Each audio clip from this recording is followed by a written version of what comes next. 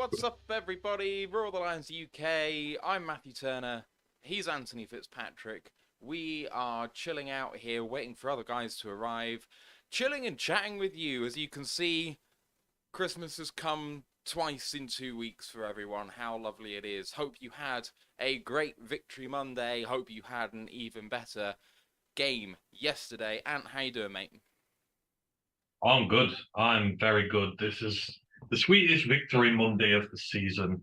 We stuck the middle finger up to A-Rod, and it's caps off a really good year. This team has made me very proud this year. So it's nice to celebrate and end the season with a sweet ass victory Monday. That's couldn't have asked for more than that. Dan Pask has subscribed at Tier 1, his 10th month in a row. He says, Merry Christmas Encore. Cheers, guys. Also had Derek Bobarak in the chat as well, cheering with 50 bits, saying, next year we take the division. Dan McGuinness in the YouTube chat saying, yes, Matt. And Drew saying, is Anthony controlling Matt like a ventriloquist doll? I think that's what's happening, Ant. Oh well, could be, yeah. You're puppet. I'm puppet master. Grandizer just said Matthew Claus. I like it. I like it a lot. Uh, if at all in this show I am a little bit slow, I think I had maybe an hour and a half sleep, maybe less. So apologies if there's any slowness or muck-ups. I'm not quite with it. I do not care. Lions got the dub against the most hated rivals anyone could have in sports, really.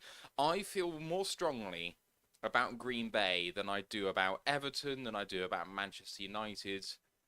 In my Liverpool fandom, Green Bay is my most hated football team, and yesterday was sweet as fuck. Oh, I don't know. The Bears are close for me. They're getting Really? there. Yeah. To be honest, with the way the teams are building, I feel like the rivalry with the Bears is going to be the bigger one. The Packers are heading for a period of regression now, I feel.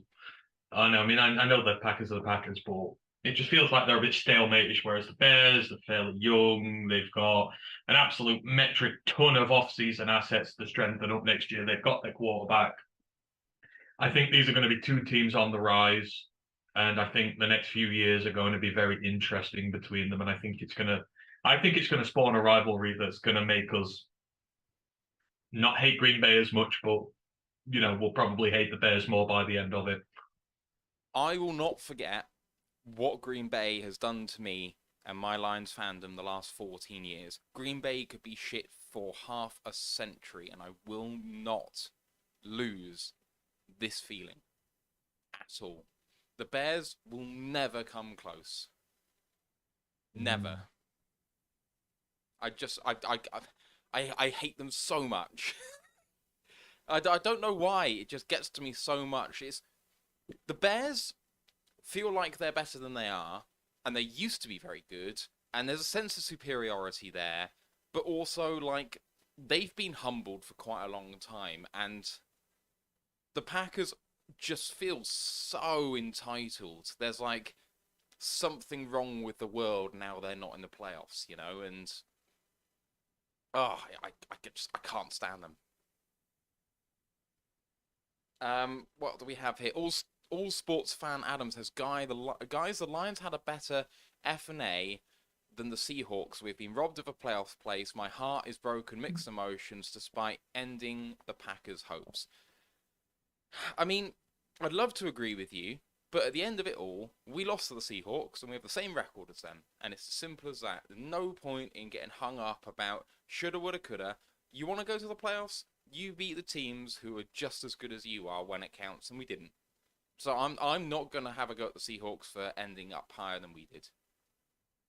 At the end of the day, everything happens for a reason. As said in the build up to last week, whatever happens, happens. There's nothing we can do about it. It's not our time yet. This year was not our time to get to the playoffs, but to anyone who's watching this team, anyone who's even remotely watched it, it's very, very clear that time's coming sooner rather than later, maybe as soon as next year. So, This team's got to keep building. It's got to keep getting talent in the draft. It's got to keep developing its rookies. It still needs to find a little bit of veteran help on the defense just to get it over the line. When you've got all that, you'll be ready for a playoff push. A 1-6 start kind of shows you that there are still a few issues in there which you need to deal with. The starts to the season are the big problem. We always start slow. We've got to eliminate that next year, and we've got to come out the blocks more prepared, more ready to go, especially with next year's schedule. You can't really afford to fall behind the sticks, but we are heading in the right direction. And I think this time in 12 months, we will be looking forward to a wild card berth, maybe more. So, yeah, it's a shame, but the overall plan is been followed. We're trending in the right way.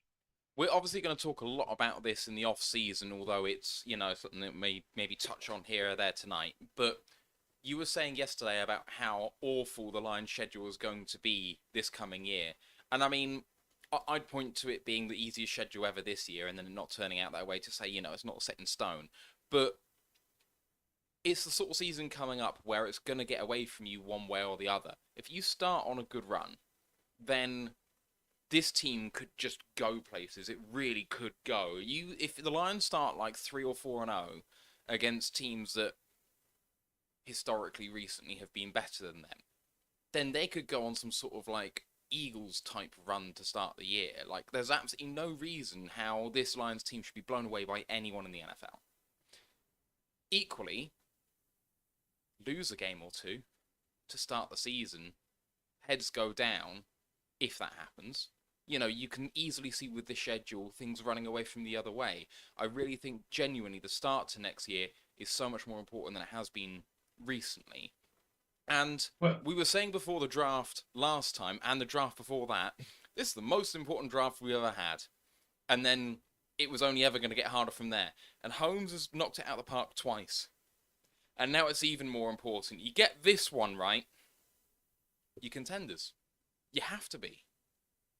especially with the way the division's set. Like I say, the Packers are regressing and they've got that quarterback contract hanging around the neck. The Vikings, we all know, are the biggest frauds since time immemorial.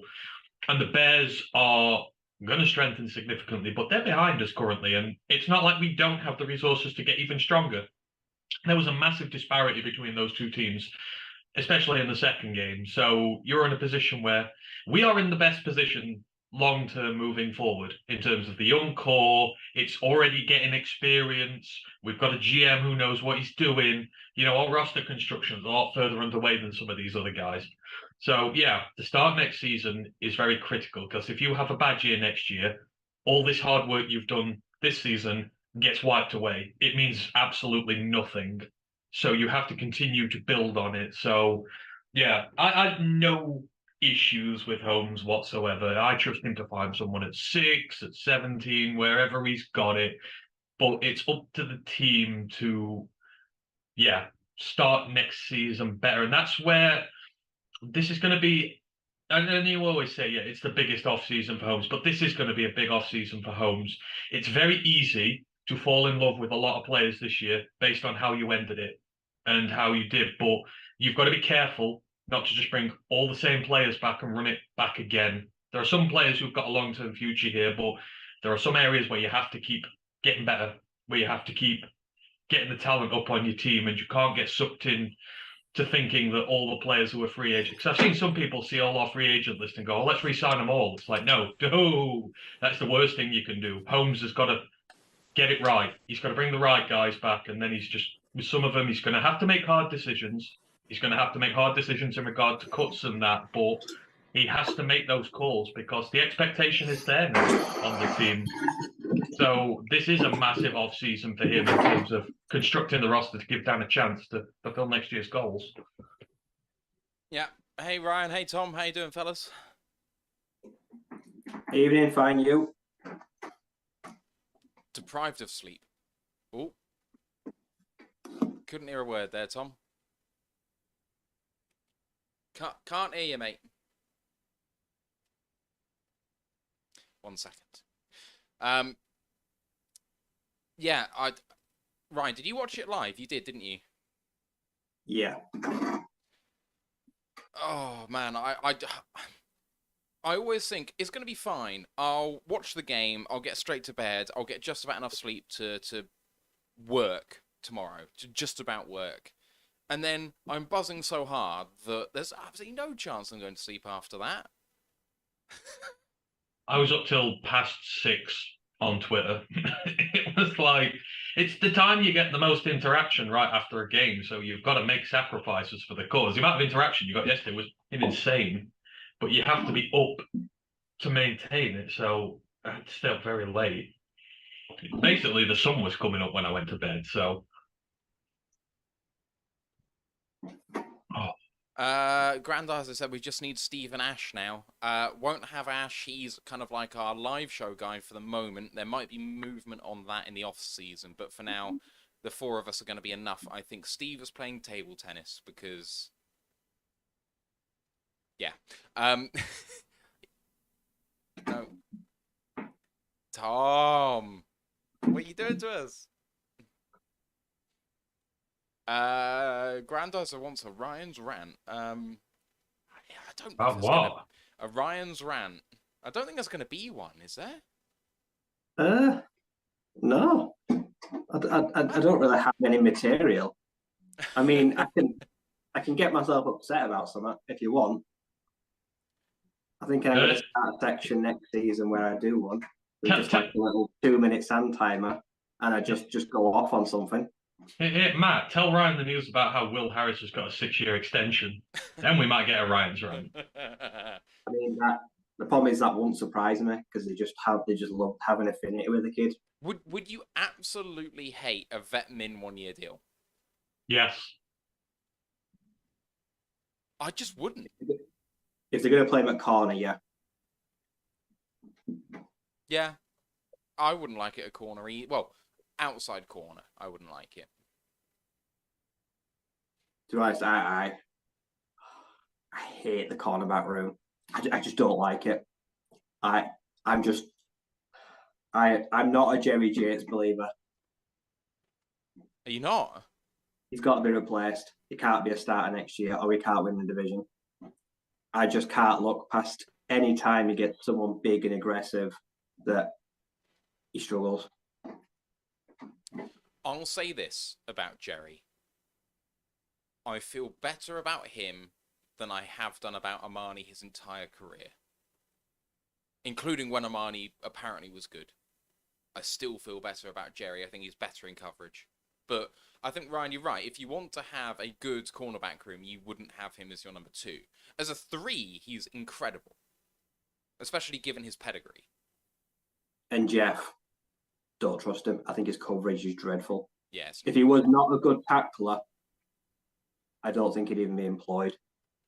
I truly think that cornerback, it's just not the position for him, but they won't move him. Derek suggesting you should have a rant about Quay Walker. I'm not fussed. I don't care. I don't buy the apology. The apology is fake. He's worried about being cut. I genuinely think he's been told to, or he's saving face. He ain't sorry. He's done it twice. You with us, Tom? No. Nope. Oh, no.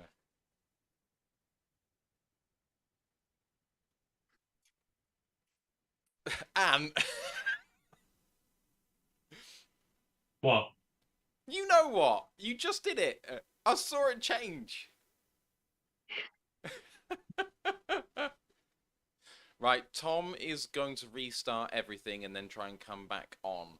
If he doesn't, then I guess he's not on. But he just said start without him. So, are you guys ready to go? Yep. Alrighty then. Oh. Recording in progress. Welcome to another edition of the Roar of the Lions UK podcast, episode 174.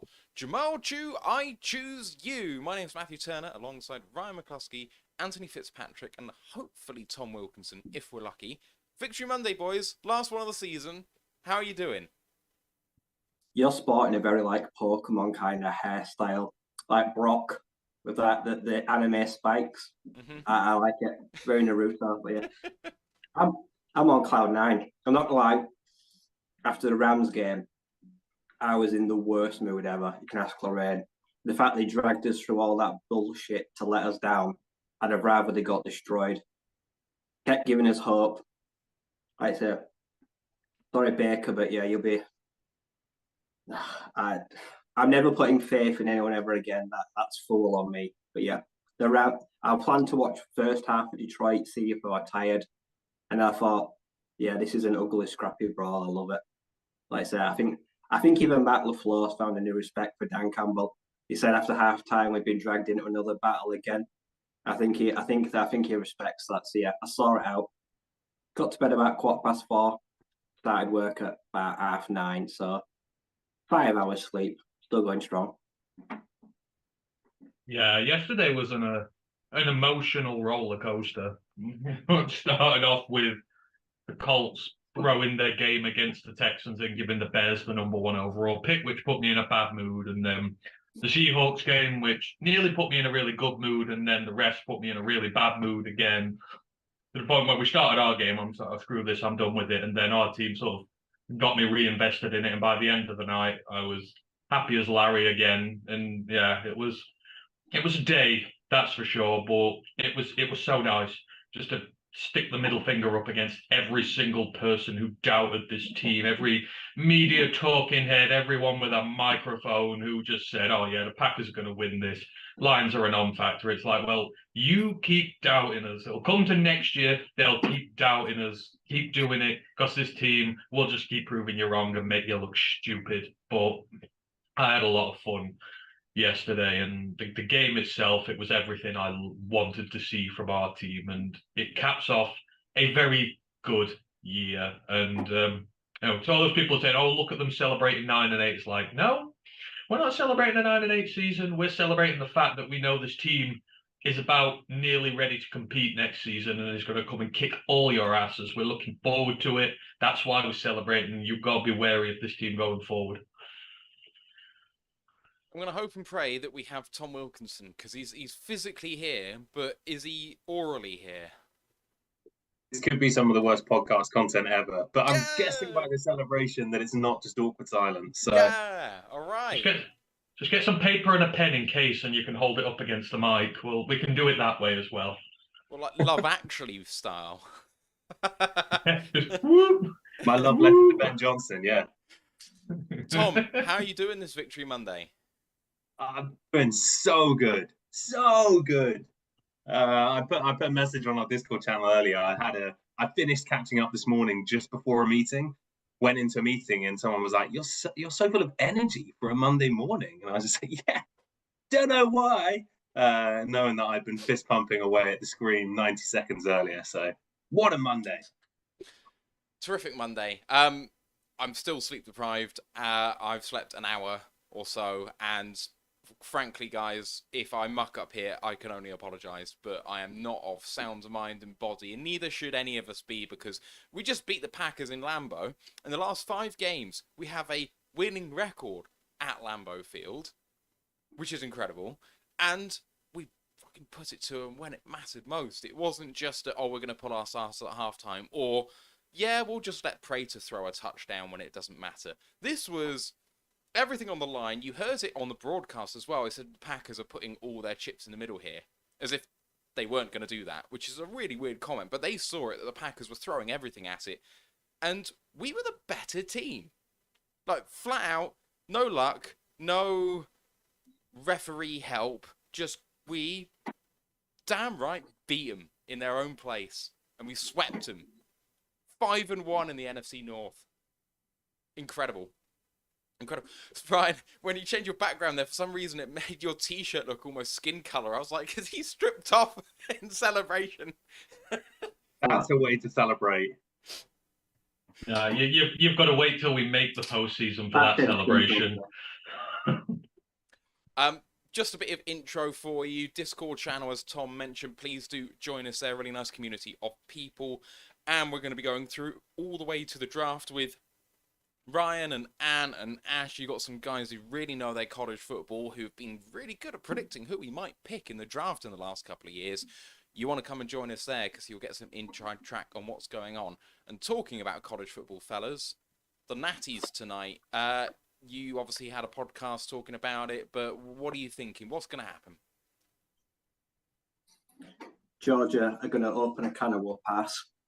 TCU, unfortunately, are going to be sorry losers, and Stetson Bennett's going to etch his name into history as one of the best college QBs of all time, just to get drafted in the 6th round and be a perennial career backup.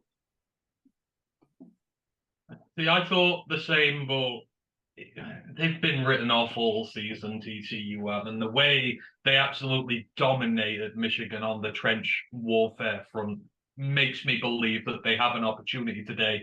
They can play similar to what they did the other day, then they can win. I think it'll be close. I think Georgia will just win, but I think it's going to be a great game, and the two most deserving sides got there. So I'm looking forward to watching it. I'm going to stay up and watch it. Last college game of the season, so one more night and then back to regular sleep patterns. Please don't forget to like the show, sub to the podcast, rate and review, and leave comments and all that good stuff. You know, with all the content creators going on about that stuff, you know how much really that it does help us out. So please do go and do that. Don't forget to download the app as well at Lions Nation Unite. It's lionsnationunite.com. It's Herman Moore's project to bring the best in Lions content creators together, including ourselves and Dose of Dion, Micro Mike, and Lions on the Prowl, and all those guys. Please do go and download the app there. We're also a Twitch affiliate. If you've got a Amazon Prime subscription, you get a free sub to use every month. If you consider using it on us, helps pay for the show, which is always appreciated. A couple of more things. We've got a feedback form running, which is now on 24/7. It's in the YouTube description below. If you have any feedback for the show, positive, negative, whatever, hit the link. Let us know what you think. And there's also a tip jar down there as well if you feel so inclined. Would appreciate you very much. Let's get on with some news before we get into this game review. And the Lions draft order is officially set. In the first rounds, they will be picking at 6 via the Rams, and at 18, that's the worst non-playoff pick. In fact, it's probably the worst pick in the first round, right? Because it means that you weren't quite good enough to get to the playoffs, and you still have a crap pick. But what a season it's been for the Lions, so I'm not going to argue too much about that. Fellas, it looked like we could be up as high as 2 at one point, and then 4 yesterday, and the chips didn't really quite fall our way. And then somehow we beat out Pittsburgh for 17. I don't know how that happened, but it feels like Lions are just going to go onwards and upwards from here, if Holmes gets it right. Well, history would tell you that does it really matter where we pick? Like, say 2 first rounders, as long as he hits on one of them, we're good. As long as it's a cornerback, even better. I think where we stand right now, like the needs for this team are very obvious. I feel like Brad and Dan will narrow knuckle them down very quickly. So yeah, I'm feeling good. Tons of capital again. Some guys have proven that they have got long-term futures here, so cap won't be as friendly next year. Like I say, Goff's not going anywhere, so there won't be any saving there unless we do any restructures. But no, like it's good to see, and yeah, the fair play to Baker. Like you say, he dug the Rams out of a hole when they caught him. Whereas I feared for our draft pick when they took him, and the guy's playing to save his career. So yeah, he went what 1-3, but played. Is it 2-3? Yeah, he played fairly mediocre, but better than John Walford. So yeah, it hurts us, but now we've seen the whole Stafford v Goff trade plan out. Like now we've actually seen the wards reaped. I'd say both sides are pretty happy, so couldn't be happy with what we've got. It's also quite fun to, like, don't get me wrong, I'd love to have Jalen Carter, Will Anderson. A lot can change between now and April, but it's also quite nice to go into an off-season where we're going to be looking at so many guys. Basically, everyone who's a potential first rounder is in play for one of those 2 picks. And it's not like it's a really deep draft of blue-chip guys. So 6 could be a bit of a whirlwind as well as to what to expect. So I'm actually quite looking forward to it. I think we all got a bit tired of the Hutch or Thibodeau chat last year. So yeah, looking forward to it. Yeah.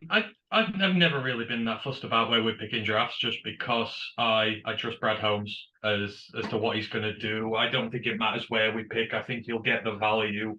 6 is a bit of an awkward one for the first one, but I feel like we're going to trade down out of it if the opportunity's there, get a few more. But no, I trust Holmes. I trust Holmes to get the pick. So yeah, it's gonna be fun. It's nice that it's like halfway through January and we're only now just looking towards the draft properly instead of usually we'd be about 2 months in and fed up of it by now. But we're at the point where it's like it's fresh, it's ready to go. We'll get all this time done. It's fine. So it's gonna be interesting. Like I say, 18 is a bit of a weird pick, but do you know? I mean, quiz question here. No one might know this, but do you know who we last picked at a draft at number 18? It was back in 2001, and he was a tackle from Michigan. Oh, is that Very well known Backus? tackle. Backus? Yeah. Yeah.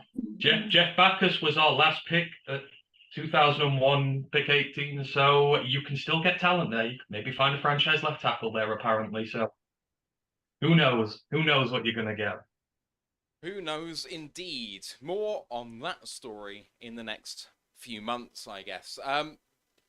After this game, Jamal, obviously, as you saw, got 2 touchdowns, and he takes the franchise rushing touchdown record with 16, beating the legendary Barry Sanders. And I can't think of a more deserving player. I don't know if you guys have seen the video of him being interviewed on the field and hearing about his granddad and stuff. Like, he broke the record, and he wasn't thinking about it at all.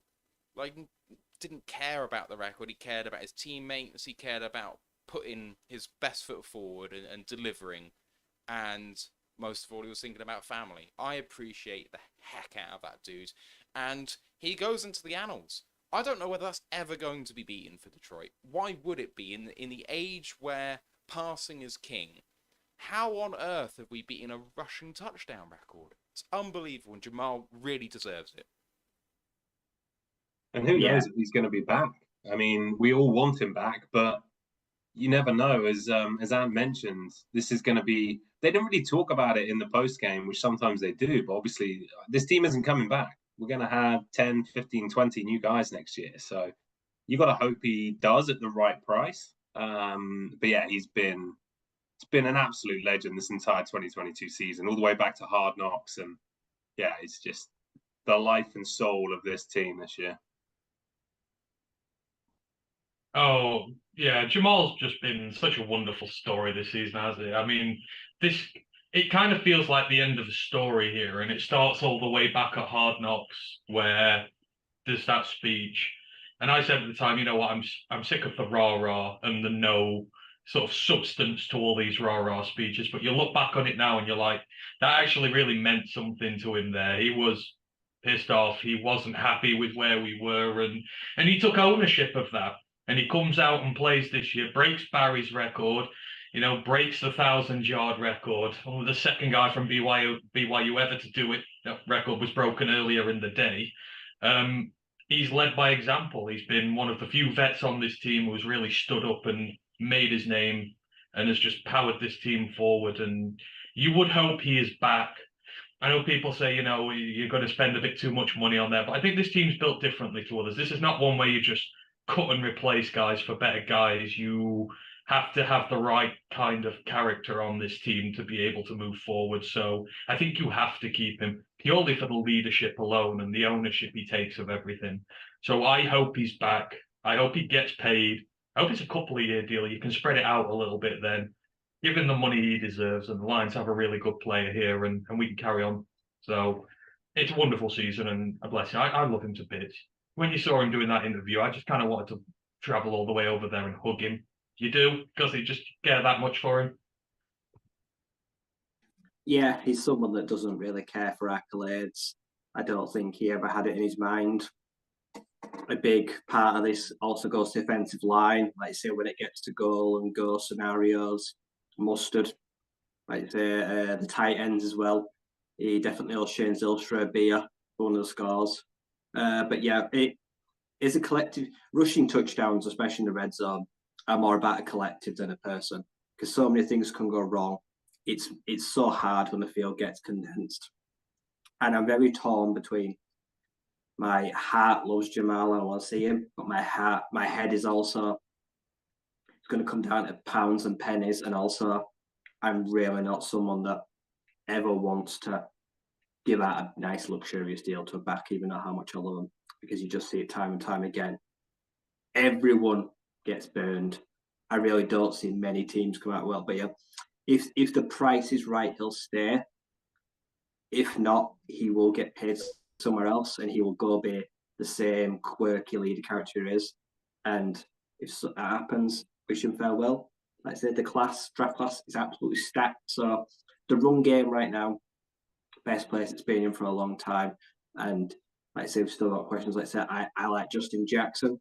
Like I say, he been productive. Not so much Craig, but yeah, it's been a very productive 2.5, 3-headed horse this year. But yeah, Jamal didn't let anyone know that what happened with his family. He kind of just kept it himself and let it motivate him, and then decided to tell everyone now that the season's ended. So yeah, he's a trooper, yeah, and he's been the life and soul of the party, like for majority of the year.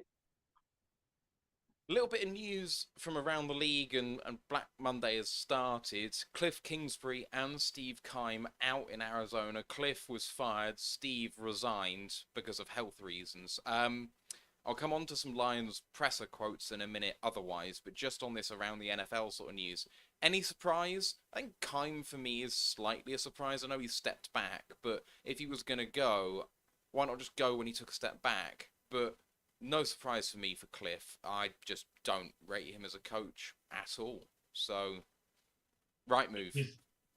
He's an offensive coordinator. He's not a head coach. I think he'll get a nice cushy job as an OC somewhere, and he'll be very good as an OC somewhere. But I think the whole thing of trying to coach an entire team is a bit too much for him. That Cardinals team has been regressing. You know, that second year with Kyler Murray, even partly the first one, they were really good on offense and they looked really dangerous, but they were never able to make that leap forward. And not having Hopkins this year, they kind of had no one else, and it's just sort of fluttered away. So no real big surprise here, but it's potentially a very good job for somebody. You know, you've got your quarterback, whatever you may think of him, he's under contract for a while, but he is a good NFL quarterback on his day. You've got bits there to succeed. So I would fancy it to be one of the more favoured jobs in the league, but I'm not surprised they got rid of him. I have Cliff in that category of fantastic coordinator and college coach, not built for the NFL. Cliff is like Nick Saban. He's like Urban Meyer. He's like Kirby Smart. Like I say, great minds, great QB whisperers, but I don't think they handle the pressure well when they get to the big time. He will go back to college. He'll get a fantastic job. He'll win a QB, the Heisman, multiple in the next few years because he's still got a lot of time on his side. But I agree. Like I said, when it came down to it, his team regressed. Bad decisions on and off the field. And then, yeah, the GM, is it health conditions? Has it been like, well, I'll jump before I'm pushed? You never know these things. Everything went wrong since that, the playbook, the contract that got ripped up with Kyler, the clause about you will study 3 hours extra a week. And everyone laughed at them and humiliated them for it. It seemed like everyone was ready to part ways then, but yeah, giving him the 6-year extension last year, and they're now due to pay him $30+ million in severance over the next 4.5 years. This one stings. It's going to hurt the Cardinals, is that paying that much money to a guy in there. But I agree with Van. With that and Carolina, to me, they're the most attractive jobs right now. Young key pieces, a QB that I don't like, and I've made it no secret that I don't like, but has got elite physical traits and can be a gamer. If the right guy can get him to knuckle down, keep him healthy, yeah, then the Cardinals should be trying to win the NFC West every year. So, yeah, but as far as Black Monday goes, it's been very quiet, oddly. Yeah. Lovie Smith, the only other one to go at the Texans. I feel sorry for Lovie Smith, to be honest. I love the fact if he went out there and won that game to spite the organization or those above him, I'm totally here for it. If he went out there and said, "Screw you, I'm going to do what I want," Davis Mills go for 2 points. I love it. Houston have shit on coaches now for years, and I wouldn't work with that front office for $1 billion in cash. Any thoughts, I Tom? might take the billion, but other than that, yeah, I mean, it's Lovie Smith felt like the kind of guy who, even when he was hired, it felt like it was a 1-year job. They had a bad roster. They weren't expected to win many games, probably favourites for the #1 overall pick. And yeah, shock, they treated him like shit. So it's not a good look for the Texans franchise. The Kingsbury stuff I never got. I mean, you guys obviously a lot closer to college football than me, but am I right in saying that he didn't even have a winning record at Texas Tech, or he had like one winning record in 5 or 6 years with Mahomes? I mean, like, what are we doing here? So, yeah, I never really got it when they first hired him. Obviously, they had a really nice year last season, but yeah, it just didn't do anything for me. A couple of quotes to bring you from press conferences about the Lions. Justin Rogers reported about Ben Johnson. Campbell said that the Lions have not yet received any requests for Ben Johnson interviews, but would not be shocked if they come. Campbell said he'd do anything he could to help Johnson in the process. Doesn't want to lose him, but helping him is the priority. He also said about the Lions for 2023 and beyond, the standard here will not change, but the expectations will. Two big statements, and I know that the Lions beat writers have not exactly done a great job in hiding how good some of our coaching staff have been this year, boys. Any fears at all? Because I think 6 weeks ago I said there's absolutely no chance Ben Johnson goes. And now I have it above 0%, and that worries me no end. No, I'm not worried in the slightest about losing Ben Johnson. I think Ben Johnson will get 2, 3, 4 interviews. But when you look at the teams that have got head coaching vacancies, I can't remember the name of their Houston coach last year before Lovie that was totally inexperienced. Then you got Nathaniel Hackett, got Cliff Kingsbury, guys like this, relatively inexperienced. I don't see anyone with a vacancy currently going with a 1-year dynamite offensive coordinator. Ben Johnson is very great mind and he's doing, but he's very inexperienced, I think, to lead a franchise.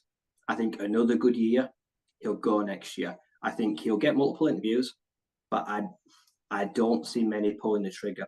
I see guys going for Peyton, Jim Caldwell, D'Amico Ryans, guys like that first, probably, and then we'll see what's left. But yeah, I'm not overly worried about him. I'm more worried about losing Shepard, Fraley, guys like that, Drew Staley, to offensive and head coaching coordinators. I feel like they'll be stepping up or moving sideways.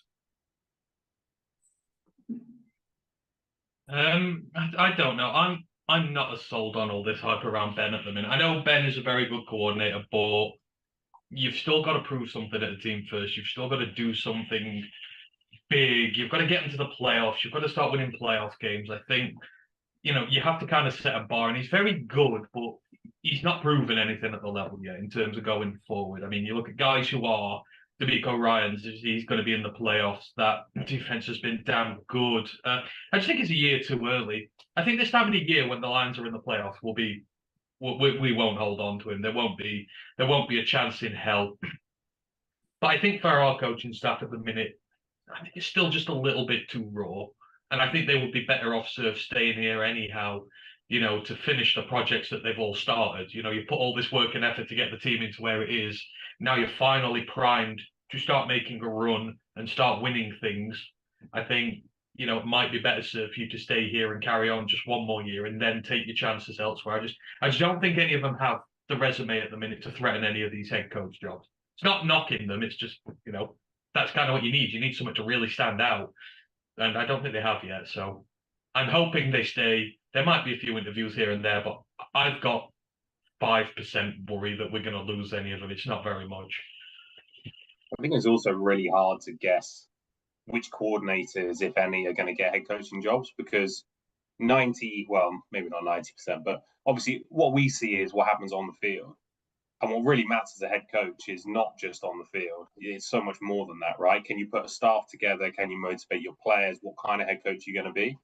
And so it's really hard to give an educated judgment. I wouldn't say my worry is that high for basically all the reasons you guys have said. But you just never know. But he's not the guy, even when you look at interviews or press conferences, even who screams head coach to me more. Like Aaron Glenn, for example, I feel like off the field screams head coach to me a lot more than Ben Johnson. So yeah, not I'm saying that AG is going to get a gig this year, probably after the last season, but yeah, it's interesting.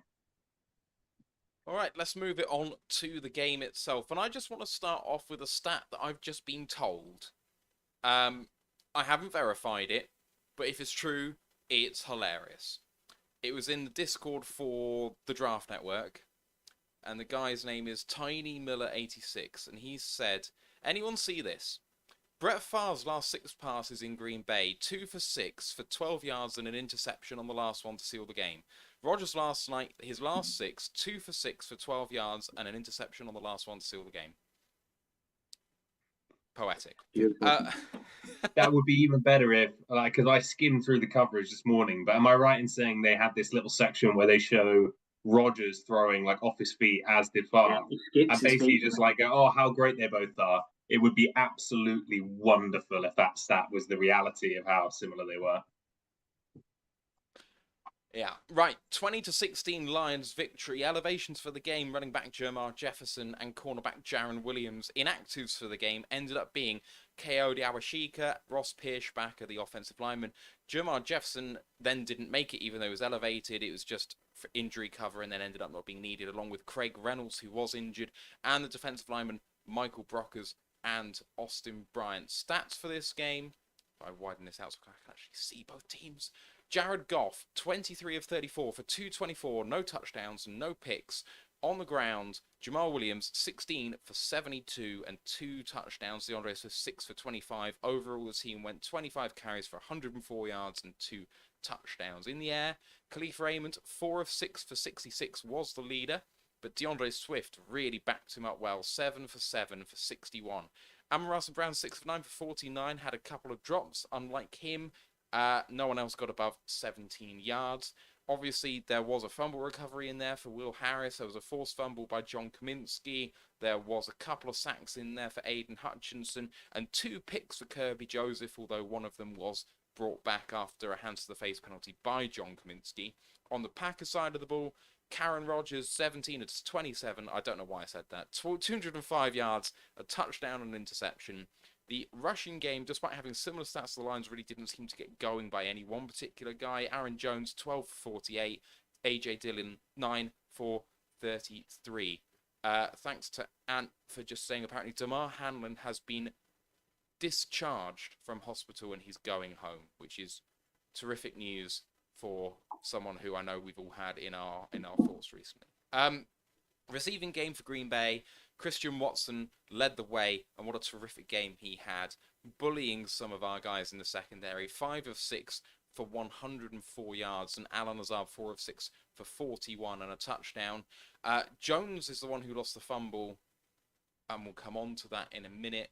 Otherwise, they had a sack. That was by Devontae Wyatt, and a TFL by Darnell Savage. High-level thoughts, gentlemen, on the game. It was nip and tuck. We were behind for long stretches of it, but it didn't feel like it was ever getting away from us. For me, how did you feel about it?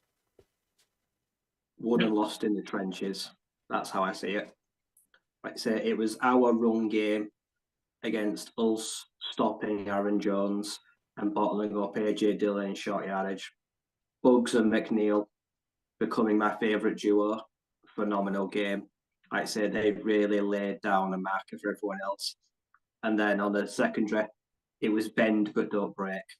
They gave up receptions.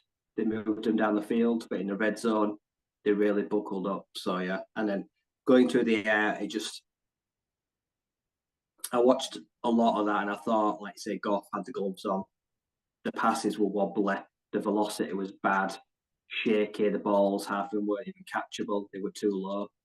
He really struggled for, I'd say, at least the whole of the first half until he came out and adjusted. But yeah, it took a while. The conditions he definitely didn't like. But yeah, this was a game of attrition and endurance, and in the end, we outlasted them. It was another game where I think the thing I was most impressed with was all three disciplines of the team all came together to help one another. They weren't necessarily playing together at the same time. The offense, slow, sluggish in the first half, wasn't really able to get any rhythm going, but the defense was amazing. As Ryan's already said, we kind of bottled up the run game. We stopped the big plays. We getting sacks. We were getting a lot of pressure, buckling that O line many times, and that helped keep us in the game. Special teams did well. Fox kept punting it back really far, when the offense wasn't kind of doing its job, put us in good field position for the defense to do its job. And then in the second half, Goff came to life, had a really good second half. We started giving up plays on defense, but the offense was scoring. It was responding to touchdowns. When we went behind, they put more points on the board and get us ahead again. So just every time someone sort of dropped the slack a little bit, someone was there to pick it up. And that's what good teams do. The units help one another out. And in the end, it all worked really well for us. We were able to get the stops we needed to. The offense was able to kneel it out with some really ingenious play calling. I love that last drive, just the ability to close it out, not even give Aaron a chance. Because that's where Aaron Rodgers is at his best. When his back's to the wall, he needs a clutch drive. He's just going to pull one off. And we didn't give him that opportunity. So the team have learned. They were aggressive when they needed to be. I just loved the game. I loved how the team played for one another. And as I said, the trench warfare, we went there and we dominated. So that is your payoff on spending all those draft picks and all that money on your trenches. That is where it proves its weight in gold. So I love the performance. Yeah, and just finally, especially for me, the defense, to think where they've come in the last 8-10 weeks. We've talked about grit a lot with this team, but it really showed it. The Packers could have had 20 on the board at halftime. More than that, maybe should have had that. But the defense kept making plays when they needed to. And it just showed again for all obviously we've gone on a run and we're really excited about this team. But the difference for me this year is we had some really critical mistakes. And not even mistakes I'm that upset about. We'll come on to it. Just they happened at times when it clearly cost us points, and we could still overcome that. Last year, Campbell talked about we had to be perfect just to get a chance in games, and to see how far we've come, and especially the second half of the season, this defense, I just thought it was super impressive under the bright lights of Sunday Night Football as well, no less. Yeah, right, let's go into a little bit of the play-by-play, and it started not in a great way for the Lions. Watson started with an end around, got 5 yards. Jones cut through the middle for a rushing first down, then a first down for Watson. Jerry Jacobs then committed a big DPI penalty on Lazard deep on the near sideline at the Detroit 5-yard line. But then the Lions stood up big when they needed to, didn't allow a yard from that point, and forced the Green Bay to take a field goal, going 3-0. Lions offense started out anemic, as Ant said. Goff throws seemed to lack a little bit of zip in that first set. 3 and out, ends up punting to the 16. Nixon returned it to the 22. Good run D by Buggs. Second possession for the Packers. Lions stopped Jones short on 3rd down. On 4th and inches, Green Bay lose their minds and go for it on their own 32. They run a Lazard sweep, which just makes no sense. And it was blown up by the Viking, Alex Anzalone, and the Lions turned them over on downs in great field position. I'll stop there. It wasn't a good start, those first 2 possessions, with the Packers getting 3. Yeah, the Lions stood up, but man, they got down there quick. And then the Lions go 3 and out. But, I mean, so it's all going badly for us. What are the Packers doing, guys? What are they doing? I don't get it. It's kind of created a team that has got Tonyan, Mercedes Lewis, AJ Dillon, and Aaron Jones is statistically the worst team in goal-to-goal scoring.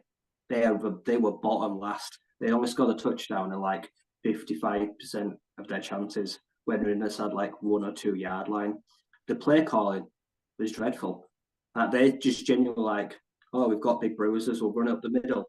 Well, Buggs and McNeil said, well, no, you won't. They stood firm, and yeah, they dug out a big DPI, but yeah, they forced them to a field goal, which was great. And then all night as well, kick coverage. Keyshawn Nixon, one of the best specialists in the league, has been one of the best all season. He did not get a sniff all game. No punts were big, no kick returns were big. The kick coverage was brilliant. Like I say, Woods, Board, guys like that, just hammering them at like the 20, the 25-yard line. So we're bringing them out, yeah. And then, lose their damn mind. Like I say, an awful play choice. It's not going for it. It's using Alan Lazard. Like you say, when you've got guys like Randall Cobb, Keyshawn Nixon, you've got speedsters that can run that jet sweep or something like that. And we know that on like Stern Shaw and like that, we usually get caught out by that.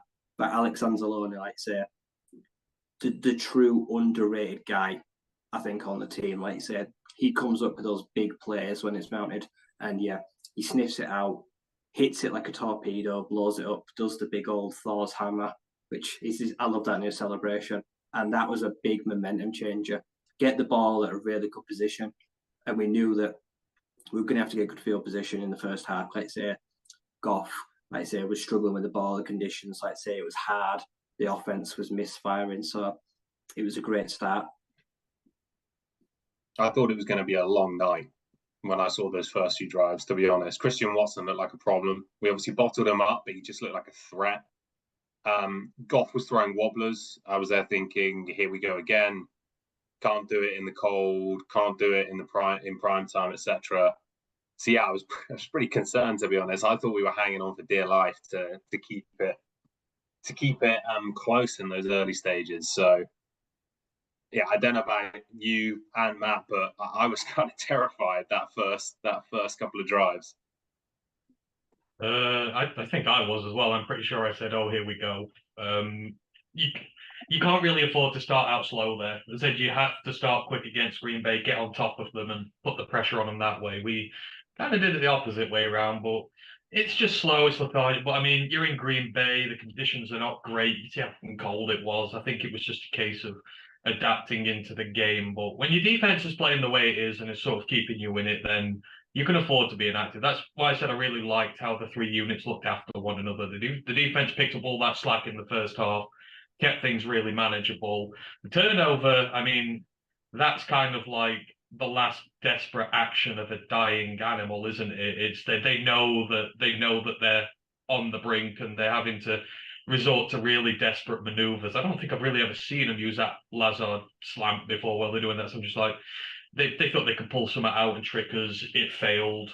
Anzalone did great, but yeah, it was not promising. But I was always impressed by the defense. That was always the takeaway to start with. They just played with such intensity, such fight against a team that is meant to be playing for the playoffs. It's very easy to get overwhelmed, and they didn't. It was the other way around. So impressive defense.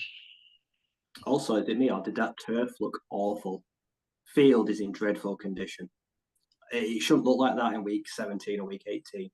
Yeah, there were a ton of divots in there from when Aaron Rodgers was throwing the ball into the field as well because he had nowhere to pass. So that didn't help.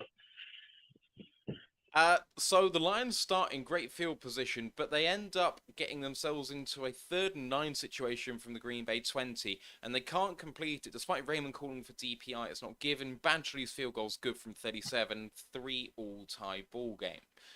Next possession, a big throw to Watson, again, hit by Kirby, but he's about 5 yards away from him by the time he catches the ball, and, just a really nice play. Rodgers had far too much time to throw that ball. That's down at the Detroit 25. Hutchinson, then in the ensuing 3rd down after that, has a massive sack on Aaron Rodgers, beats the right tackle, all ends up, and forces a possible fumble. Now, they called it dead before we even had a chance to recover it, but the ball's coming away pretty closely, and on the replay, I'm not sure which way it's going, and therefore, don't blow it dead. We've seen it all season that they are perfectly willing to let the play just finish and then call it dead. Let there be a clear recovery, let them run it into the end zone if you want to, and then call it down if you want to. But I was miffed that they didn't even give us a chance on that one. That gave them a 49-yard attempt after the loss. Crosby was good from there. 6-3 ball game in favour of Green Bay. Next possession for the Lions, a bit anemic again. Get themselves into a 3rd and medium. An amazing catch on a crossing route by Amon-Ra St. Brown. Green Bay challenge, and it's overturned to look like a catch all today live, still not utterly convinced that it isn't a catch, but I can kind of see why they overturned that one a little bit. Punting to the Green Bay 29, and again, Nixon couldn't get away. But, guys, even though we got 3 points on the board, fortunate field position for the 3 points, and at this point, offense going nowhere. Hutchinson bailing us out when Aaron's, in scoring position. They come away with 3. The Packers' offense is obviously clearly doing better, but our defense is still standing up where it counts, and we're getting off the field only conceding field goals. And it felt like for all the Packers' headway they were getting, that they weren't pulling away when they really needed to, and it did come back and bite them. Yeah, there felt like a level of frustration that was growing in. Rodgers, by now, he's already huffing and puffing. You can see it's written all over his face. He's sulking. And yeah, Christian Watson, that kid's going to be a thorn in our side for years to come. I can just tell. Like I say, he's had a really meteoric rise since injury. He's got in sync now, and he's a mismatch, Mike. Like you say, he's fast, he's elusive, sorted out the drops. So yeah, he's always there. But then, yeah, they get that splash play, but then when it came down to the nitty gritty of it, they just couldn't win in the trenches. And they're looking at Mason Crosby for the majority. He's basically automatic, got points, bailed them out. And yeah, I agreed. I actually thought that could have been a fumble on Rodgers. They should have let it go because it was pounced on by like 3 Lions. I think at least Bugs was going through recovery with someone, so could have played to the whistle there. I actually thought it was a good overturn. I actually think like it did hit the ground and Amon-Ra caught it. It did slightly move. I thought that was a pretty good challenge. That was a drive killer. Like I said, LaFleur looked pretty smug when he got that one right, so I wasn't too surprised. But yeah, at this point, we're trading blows, and both teams are huffing and puffing, but not able to kick the door down. So it felt like it was always going to halftime to going to be fairly square. And that call should not have been overturned. To overturn a call, you have to have clear and definitive proof that the play was called wrongly.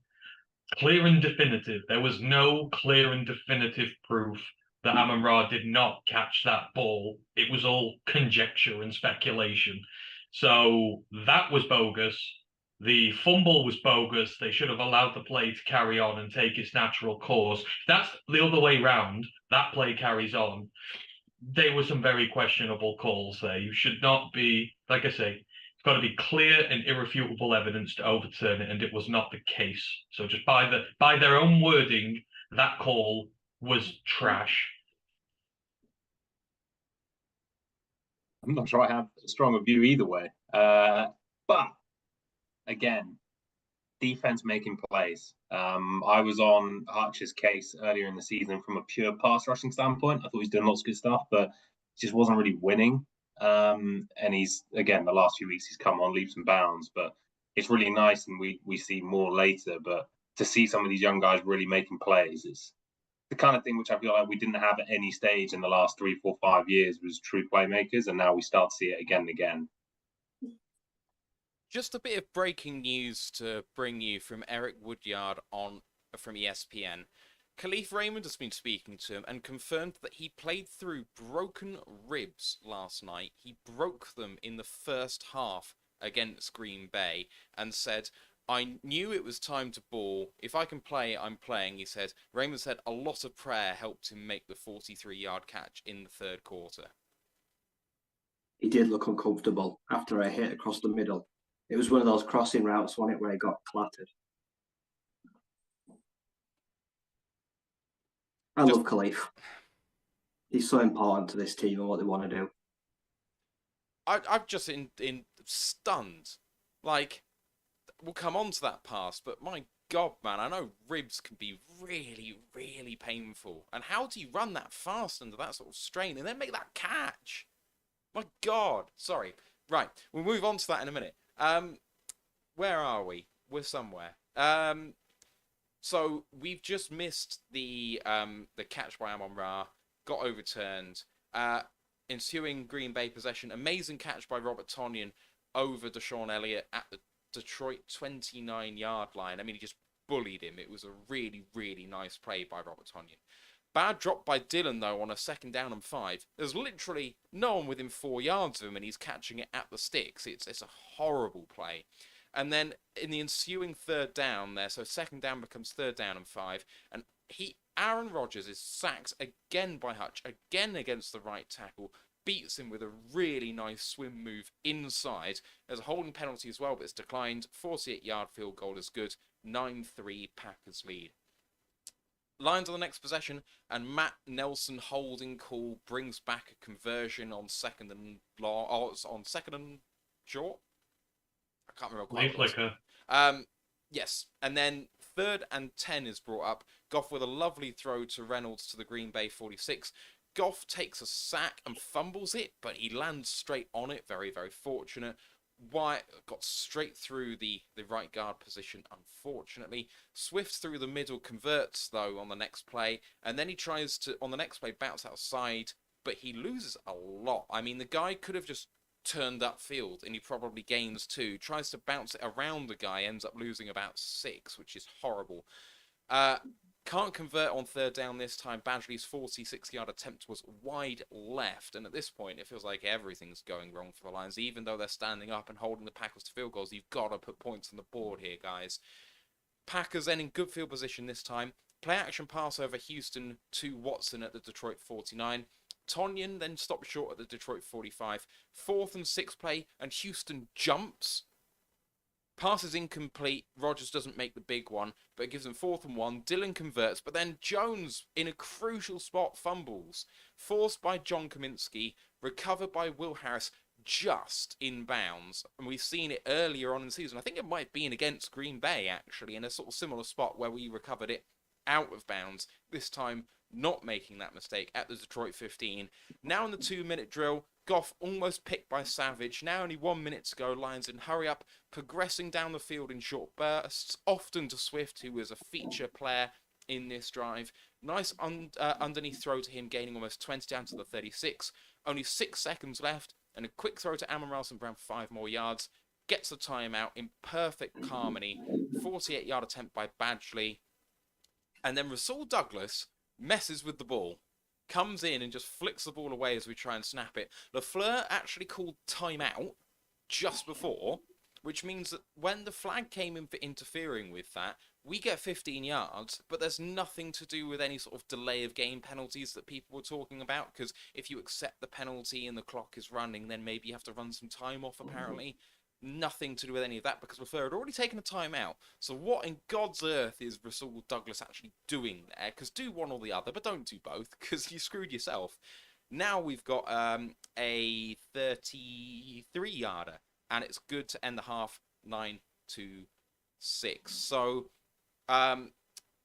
they move it to 9-3. Nelson brings back a conversion. He didn't have a particularly great day. Wyatt straight through the right guard position, and our right guard did not have the best game, quietly. But Swift in that 2-minute drill, and actually for the latter part of that first half, was really, really good. The fumble on Aaron Jones as well was absolutely terrific by Kaminsky. All around, the Lions executing late. It was really good to see. Yeah, there's a lot to break down that drive.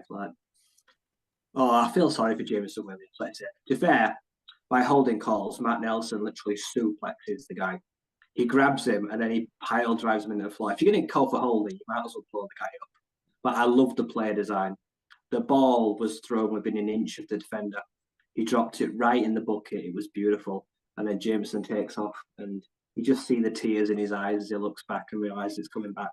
But yeah, Nelson and Brown both stunk most of the day. They right pissed me off. We really need to sort out some of this all line, especially some of the depth. But yeah, it was. And then, yeah, Aaron Jones with his 5th lost fumble of the year, tied for leading the league, which I did not expect to see. He has been very careless all year with the ball. And the recovery is good, but the play by Sewell, who rugby tackles Tonyan, who's trying to touch the ball to make it a dead because he's out of bounds, was genius.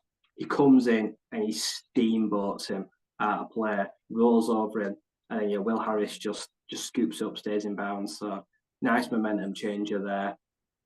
The Swift play, where he bounces out. I think it was Kenny Clark, blows the hole up and forces him out. Like, I think that one of those players where he just couldn't do anything.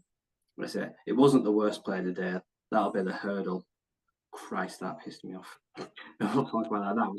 That was awful. Yeah, it was a frustrating drive, but yeah, if you'd have offered me a 9-6 deficit half time in tough conditions, gritty football, defense playing really well and getting turnovers, I think I'd have bit your hand off.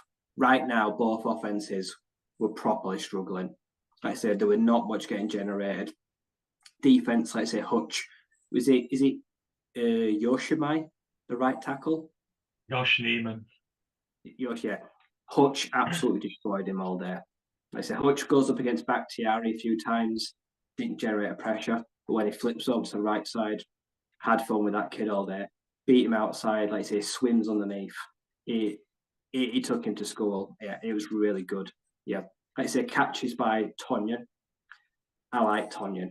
If Tonyan hits free agency, because Packers are looking at cap casualties, I wouldn't mind him staying and jumping across the border because he's a big physical outlet guy.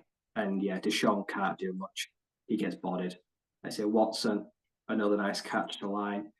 The lack of concentration, like say AJ Dillon, he runs, he turns at the line, says I'm open, and then he just drops the ball through his hands.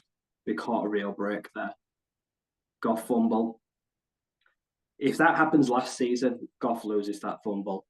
This year, Lady Luck has been shining with us all year.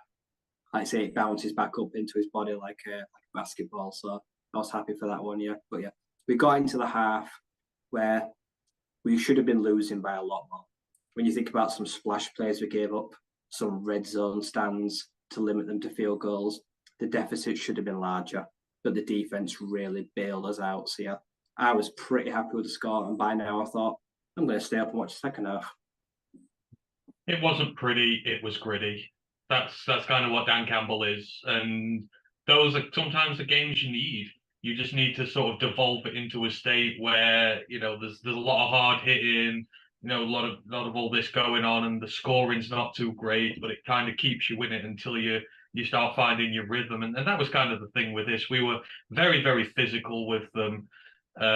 We didn't give them anything. The receivers knew they were in a battle. Aaron Rodgers knew he was in a battle. That whole offensive line for sure as hell knew it was. And I was just very, very impressed with the discipline for the most part on both sides of the ball. The Packers, it was their big game, and they were the ones who let the emotions get the better of them. Our guys, very disciplined for the most part. Apart from Nelson, we need a new lineman in that mold. Done with him now. As you said, I could be. I specifically asked if I could start this train up again, and you said yes. So yeah, Nelson's going to go this year. But no, it was gritty. It's what it needed to be. The 2-minute drive. I don't know about you, but I think our 2-minute drives are really pretty. I love it when we have a 2-minute drive because I feel like we're damn good at it, and I know we're going to get points from it. And we did. As they going in at 3 points at the half is, it's good considering how we played. 3 points down at the half is a very good result, and the Packers should have been further in front and they weren't. It kind of gives you a lot of confidence going into the second half that you've played bad and you're still in the game. Because that's what good teams do. They play bad, but they still stay in games. So that's all you wanted from them. Yeah, if I'm a Packers fan, I'm thinking, how the hell are we only 3 points up? I mean, just to list them off again, that Nelson penalty, that's 7 points pulled back. Swift bouncing outside on the same drive, that ends up costing us 3 because he loses 6 and it's a 50-plus yarder, which we miss. James Houston obviously jumping on an Aaron Rodgers hard count. It's like, come on, man, we've seen all this before. And it wasn't just the fact that gave them a first down. It was the fact that it took them to the 2-minute warning. So without that fumble, they're, I think, at the Detroit 30 or something like that. It's 12-3. Detroit are never getting that ball back in the half. So there's so many things that should have put this game not maybe out of reach, but at least a 2-score game at this stage. To go in at 9-6, like I say, Russell Douglas. I mean, what in the world are we doing here? I still have no idea what's going through his mind when he takes that ball. But yeah, amazing. I had no idea how we were only 3 points out. But to answer your point, good teams hang around. They make it difficult when they really, really need to get something done. They do, and The Lions managed to get 3 at the end. Going into the second half, Detroit start on offense and they go 3 and out. And the third down play, I just don't understand. 3rd and 5, pass the Chark underneath for a 3-yard gain. 4th and 2, punt the ball away. Hate it, hate it, hate it. Throw beyond the sticks. There's a reason why the Chiefs are the best team in the league at 3rd and 10. And I know it's because they've got good weapons and a good quarterback, but they throw beyond the sticks. You ain't got no chance if you don't do that. So, yeah. Anyway, Jones then almost breaks away. Kirby hangs on. He makes the tackle high, slips down to his ankles and just brings him down. Maybe saves a touchdown on that play in the open field. Great then tackle then by Aline for no gain. PBU by Kirby near the end zone. Saved a touchdown. Maybe could have had a pick there too. Forces a 4th and 7. 53-yarder. Off the crossbar by Green Bay and no good. Last week they had one go in. This week not so lucky. Ensuing Lions possession, this time starting off in good field position because of the missed field goal, and Goff takes a shot to Raymond. One of the best throws you will ever see by any quarterback. Rolling out to his left, across his body, throwing deep, and Khalif, with broken ribs, busting a gut to get there. Terrific catch. Still not convinced it's not a touchdown. And really, I think it was just so close, but, you know. Anyway, Williams skips an untouched from the 1. Great play by the O-line on blocking, just absolutely cakewalked him. And Williams could have just crawled into the end zone if he wanted to. PAT is good. Detroit have their first lead of the day, 13-9. Guys, first 2 possessions for the Lions. First one, dire. And then that second one, talk about going 0 to 100. Tom? Yeah, I mean, again, that first possession for the Lions, that was kind of, let's draw a line in the sand, because up to that point, there's no sugarcoating it. Goff was a disaster. He was throwing balls at people's feet. He was missing throws. He was panicking. He was almost losing the ball. And then it was there. I think it was the 3rd down play, like I say. It's not even the fact it's short of the sticks as well. It's a hell of a catch to even pick it up. It's just awful across the board. But then again, defense, and I know you keep coming back to it, but the Packers had 1st and 10, again, somewhere around the Detroit 35-yard line. And the defense only give up 3 yards on those 3 plays. So, yeah, Kirby would probably like that one back because he wants to go and pick it, but great break on the ball and go and make a play on it. And then they hold firm. They keep the Packers out, so it's a 53-yarder, which they miss. And then, like you say, that throw from Goff was just fantastic. As good a throw as I've seen him make. I think with his, and this isn't meant to be disparaging, but obviously he doesn't have a cannon of an arm. So given his level of arm strength, I just don't think he can throw the ball better if he has 10, 20, 100 goes at that. Just so good. So, yeah, I mean, that's really where everything turned, right? Up until that point, up until that missed field goal, it looked like we were in trouble all evening. And then it was just the spark we needed, the play with Raymond. I mean, this is kind of, it's become the conundrum of Jared Goff now, hasn't it? You can't ask for more for what he's done this season, really, with this team. You gave him the opportunity this year to come in and play. And like Tom says, he wasn't good in the first half, but all QBs go through rough patches in games where sometimes they're not as good as they usually are. But when the team needed him, and Dan Campbell was very, quick to emphasize this, when the team needed the play, when they needed him to step up and be a leader and put some points on the board, he did. He makes a throw like that, which is incredibly good. And then from then onwards, he sort of sliced and diced the Packers to bits. He was very good. Didn't look like he was going to turn the ball over. That pass in particular was great. And it's kind of like, you kind of feel that with the guys we've got, the offense we run, he is that guy now in there for the foreseeable. He's going to be the guy going. And I think that pass will be a big reason as to why they'll keep faith with him. Because when they needed him to, he showed up. And you can't really ask more of your quarterback. It's a great catch by Raymond. And then, like you said, the O-line just obliterated that defensive line on the 1 yard line. Let Jamal walk in untouched. That is not a bad defensive line at all. Especially when you're trying to get it in the red zone. There are some big guys in there. You've seen Slayton. He could eat me as a snack. He's absolutely huge. And to be able to just sort of get all those guys out of the way, all the leverage and everything, get it done right, that's why you invest in your trenches, to win those battles. and we did. And it just seemed to spark the team off then, because the defense started to give up a few plays, but the offense came to life, and it didn't really matter in the end.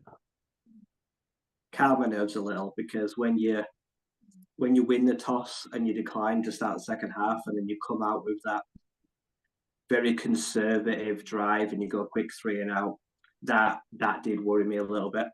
Like you say, they go 3 and 5, and Tom's right, like Chark has to catch that ball on his shoelaces nearly.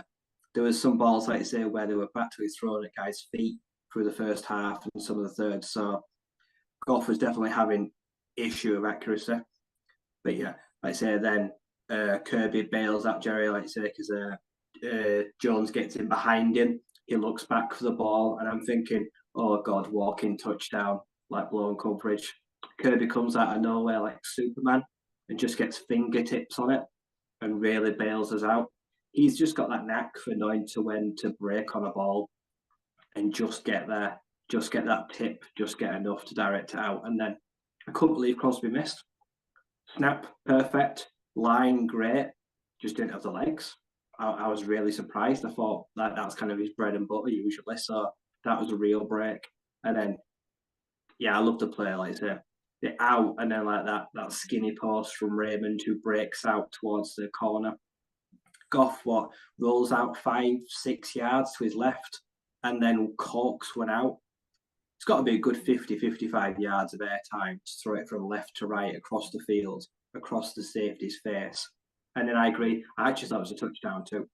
I thought it came down and he controlled it and landed in the end zone. But yeah, down to, like I say, the 1.5, and then Jamal equals the record of a walking touchdown when the defensive line mauled them.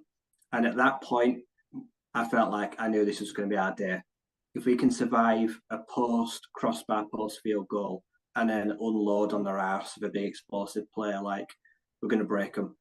Rodgers is going to lose his temper, which quickly happened, and the Packers unraveled there and then. Moving on from that, and Green Bay, for always saying, that maybe he gets behind them and, we can feel the tide turning, they answer in the best possible way for them. Rodgers with a deep throw, amazing catch by Watson on the near sideline. Amani's decided that he's beat and he's just going to rugby tackle him anyway. Flags fly for DPI and he still makes the catch at the Detroit 14. A play or two later, Alan Lazard, far sideline, crossing route from right to left, beats Jerry Jacobs for speed, and touchdown Green Bay. PAT's good, 16-13 ball game for Green Bay. Lions then go 3 and out, punting to the Green Bay 21. Nixon fumbles, but falls on it.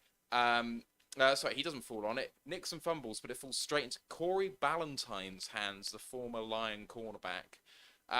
Green Bay's next possession, Holding sets Aaron back, and then the interception at the far sideline with just a man in his face, and Rodgers throws it up for grabs, massively underthrown. Kirby's there to catch it in stride, returns it a fair way, but unfortunately, hands to the face on John Kaminsky, wipes it out.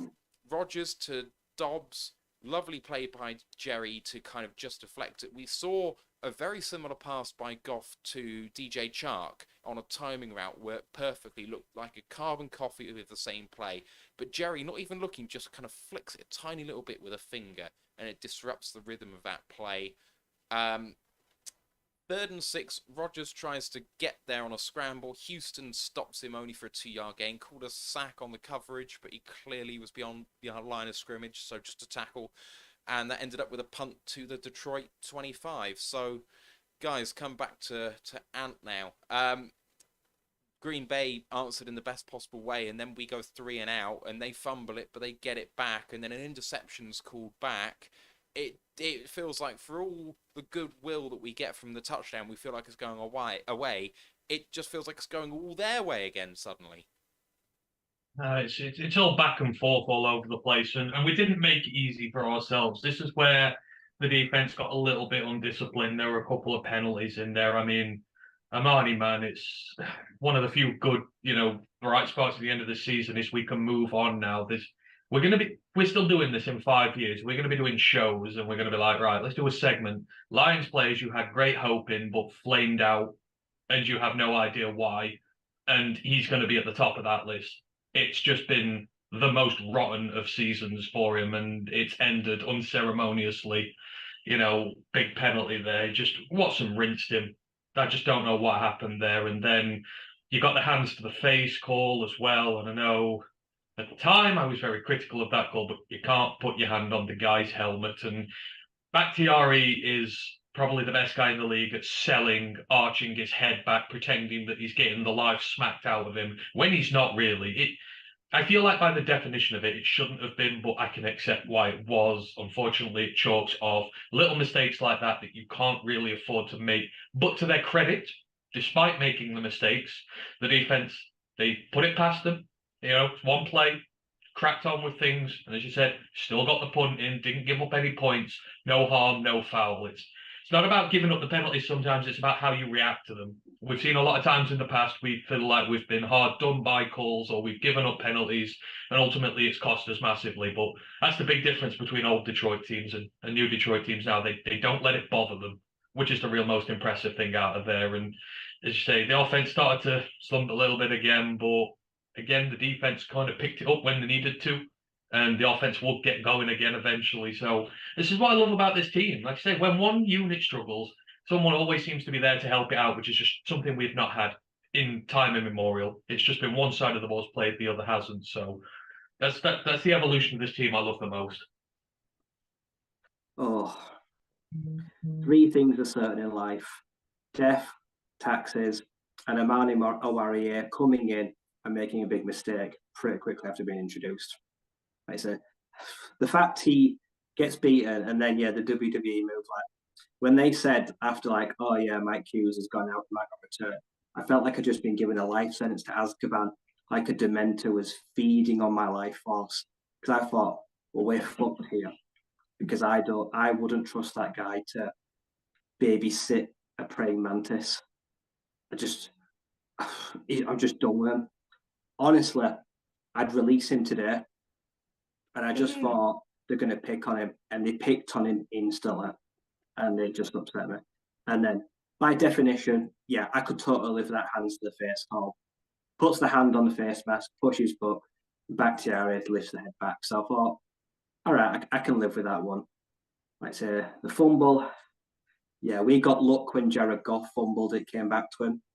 They got the luck where it gets punched out, and like I say, Ballantyne's just there to nicely little offload. But yeah, right now it's really back and forth. Like I said, the game is firmly in the balance. But yeah, Kirby definitely gave him a warning, and he didn't learn because he makes the exact same mistake again later on. So he didn't learn his lesson. But yeah, right now it's fun. I think this game is actually really fun. It's just a proper battle, and I actually kind of like this ugly, gritty football. So yeah, but it was tough. It was a tough watch. Yeah, on Amani, Hamza from Pride of Detroit had a tweet which I absolutely loved, which was looked like Amani turned his head, located the ball in the air, and intentionally turned around and committed PI anyways, which is basically how I feel about every time I watch Amani play corner. Yeah, I mean, it was just more mistakes, right? I mean, the Kaminsky hands to the face, for me, it is hands to the face. It just happens. That's the play when we get a pick. Should cost us 7 again. JMO had a really bad drop in the previous drive as well. It's just the Lions being anything but perfect and yet still hanging around and still getting it done. I don't think it hurt that Aaron Rodgers mysteriously turned into Zach Wilson in the second half, and we got a taste of that with this interception called back, but more to come. Spoiler alert. Is his new girlfriend like a mother or something? Is that the Zach Wilson reference? I don't know. No, he's dating the daughter of one of the other Wisconsin franchises. Is it the Milwaukee Bucks? Milwaukee Bucks, yeah. He's dating the daughter of the owner of them. I think he part owns them. I was more meaning just heaving up kind of moon balls, but either way. Just want to give a big shout out to Pride of Detroit. They are supporters of ours, as we are massive supporters and fans of them. They come in on the Twitch chat with a tier 1 subscription, their 6th month subscribed to us. I'm assuming it's Jeremy. It might be Chris, but it's probably Jeremy. Thank you, man. Really, really appreciate you. Congrats on your season as well. A terrific one all around for the content creators for the Detroit Lions. Let's finish off this game. And this is the one where the Lions really take it away. Just rolled on this possession. Good start to Amon St. Brown, starts off 14. Next play, Jamal rolls through the middle for 11, basically untouched. Next play, Jamal rolls forward for 8 through the middle, pretty much untouched. Then Swift, on a play-action pass, running back screen to the left-hand side. He gets about 15 or so. Then he gets 6 on 3rd and 2. We get into a 4th down situation on the 25-yard line, so it'll be a 42-yard attempt on 4th and 2. We decline to take that field goal to tie the game up, even though it's quite late. On 4th and 2, a quick out to DJ Chark on the far sideline means we convert. Swift with a really nice run on the next play for 13 yards to get down to the Green Bay 11, and then the really key play possibly in the entire game. Quay Walker with the unsportsmanlike conduct penalty and the disqualification. After the play was over, athletic trainer come onto the field and he pushes him. Just loses his mind. So don't get it. He doesn't get it himself by the sounds of it. Ryan's not convinced it's genuine. I'm not convinced it's not genuine, but we'll see. He knows he's completely lost his mind, and in it you saw Green Bay heads kind of drop a little bit. That's a half the distance penalty, gets him down to the Detroit 5, and Williams plows forward, looks in but called short, down 3rd and 1, and Williams gets into the end zone, touchdown, PAT's good, Lions lead by 4. I'm going to stop there because it's just such a nice drive. Didn't look like they were going to stop us, and then when they did stop us, we went anyway, and not the last time that we go to DJ Chark on 4th down, gents. It worked an absolute treat. Play calling was magnificent, wasn't it? I think this is where Dan Campbell has really come on as a coach this year. The ability to know when to and when not to go for it. Because the second we got to that 4th down, I said go for it. I said, if you're going to beat them at Lambeau Field, you've got to be brave. You've got to make these calls. And he did. And the play call, it wasn't a throw short of the sticks or anything like that. Chark was over the line to gain. So when he got it, he didn't really go forward, but he'd already got it. No forward progress needed. Just what we needed there. I thought Dan Campbell called a magnificent game here, and I think he's just come on such leaps and bounds as a head coach from last year. It's been rough, but he's finally figured out the formula, and he's got the offensive coordinator to trust now in those situations to be able to convert. So I love the drive. I need to go back and watch this game because in the first half, they mullered our running game to hell, but something switched. I don't know whether it was the protections, where they were doubling up, something like that. But something seemed to click in this team where the run game just got going like that. I don't know what they did, but they made an adjustment and it worked. And as soon as we were able to get that run game up and going, they couldn't deal with us. They say it opens up the play action pass, but for Goff, just makes our offense run so smoothly when we're able to get in there. And boneheaded play from Green Bay that helps. That is what happens when you're under pressure as a team. When they knew at this point that there was a good chance they could lose, I think they were getting frustrated. I think that they were getting angry, and it kind of showed up. The youngest players, they've not been in this situation before, and it showed the indiscipline. I think the linebacker, Rasul Douglas, should have seen off for that as well, because I'm pretty sure he shoved the same athletic trainer as well afterwards. But it's a little break for us. Jamal goes in. That was my loudest cheer of the night when Jamal broke the record. I was just so... There is no one else I would have who would have broken Barry's record in that way. I think he's just the most genuine... he's just one of the most genuine guys ever, and you could see how much it meant to him, and it was the culmination of such a tough season where he vowed to lead from the front and be a figurehead for this team, and to score the last touchdown of the year, to seal a win at Green Bay, the team that discarded him and said, we don't want you. I think it was just poetry. And I was so damn happy for him. I just loved everything about that drive. I love this last quarter. We finally got inventive, brought the players out. Also, I'll give a lot of props to, in like the last few drives, lots of Jason Kabinda. He seemed to have been really active in the second half. I didn't see him a lot in the first half, but in the second half, they put the fullback in quite a lot, I saw. And he had some really crucial blocks, especially in the run game. So he had a really good game in that aspect. Yeah, we just outcoached and outcalled them in the second half. Like I said, to decline the field goal, and then run that Khalif Raymond motion in on the dig, and then just get Chark to run the speed out, literally just at the line to gain. And then that nice little, it wasn't even a perfect ball. He just got to fall to ground and make sure he controls it. And then that kind of play that you live or die on. Like I say, if you run a hook and ladder and it don't work, or you fumble it, you No, finish your thing, and then I've got something to say. if that play like breaks up or you fumble it or it goes wrong, you get crucified for it. But when you go for it and you give it, I can see it. Yeah, if we go for it and you get it, you're a hero. And it was a gutsy, ballsy call to go for time. But yeah, I loved it. Like I say, it showed real great drive. And then the whole Quay Walker thing, like, I'm more bothered about the defensive lineman that tries to take Swift's head off that doesn't get flagged. He puts his forearm into his face mask and tries to break his neck. That was total bullshit because Swift at this point was completely defenseless. And then Quay, loses his mind. And then who is it who then bumps and tries to intimidate the trainer too? Devontae Wyatt.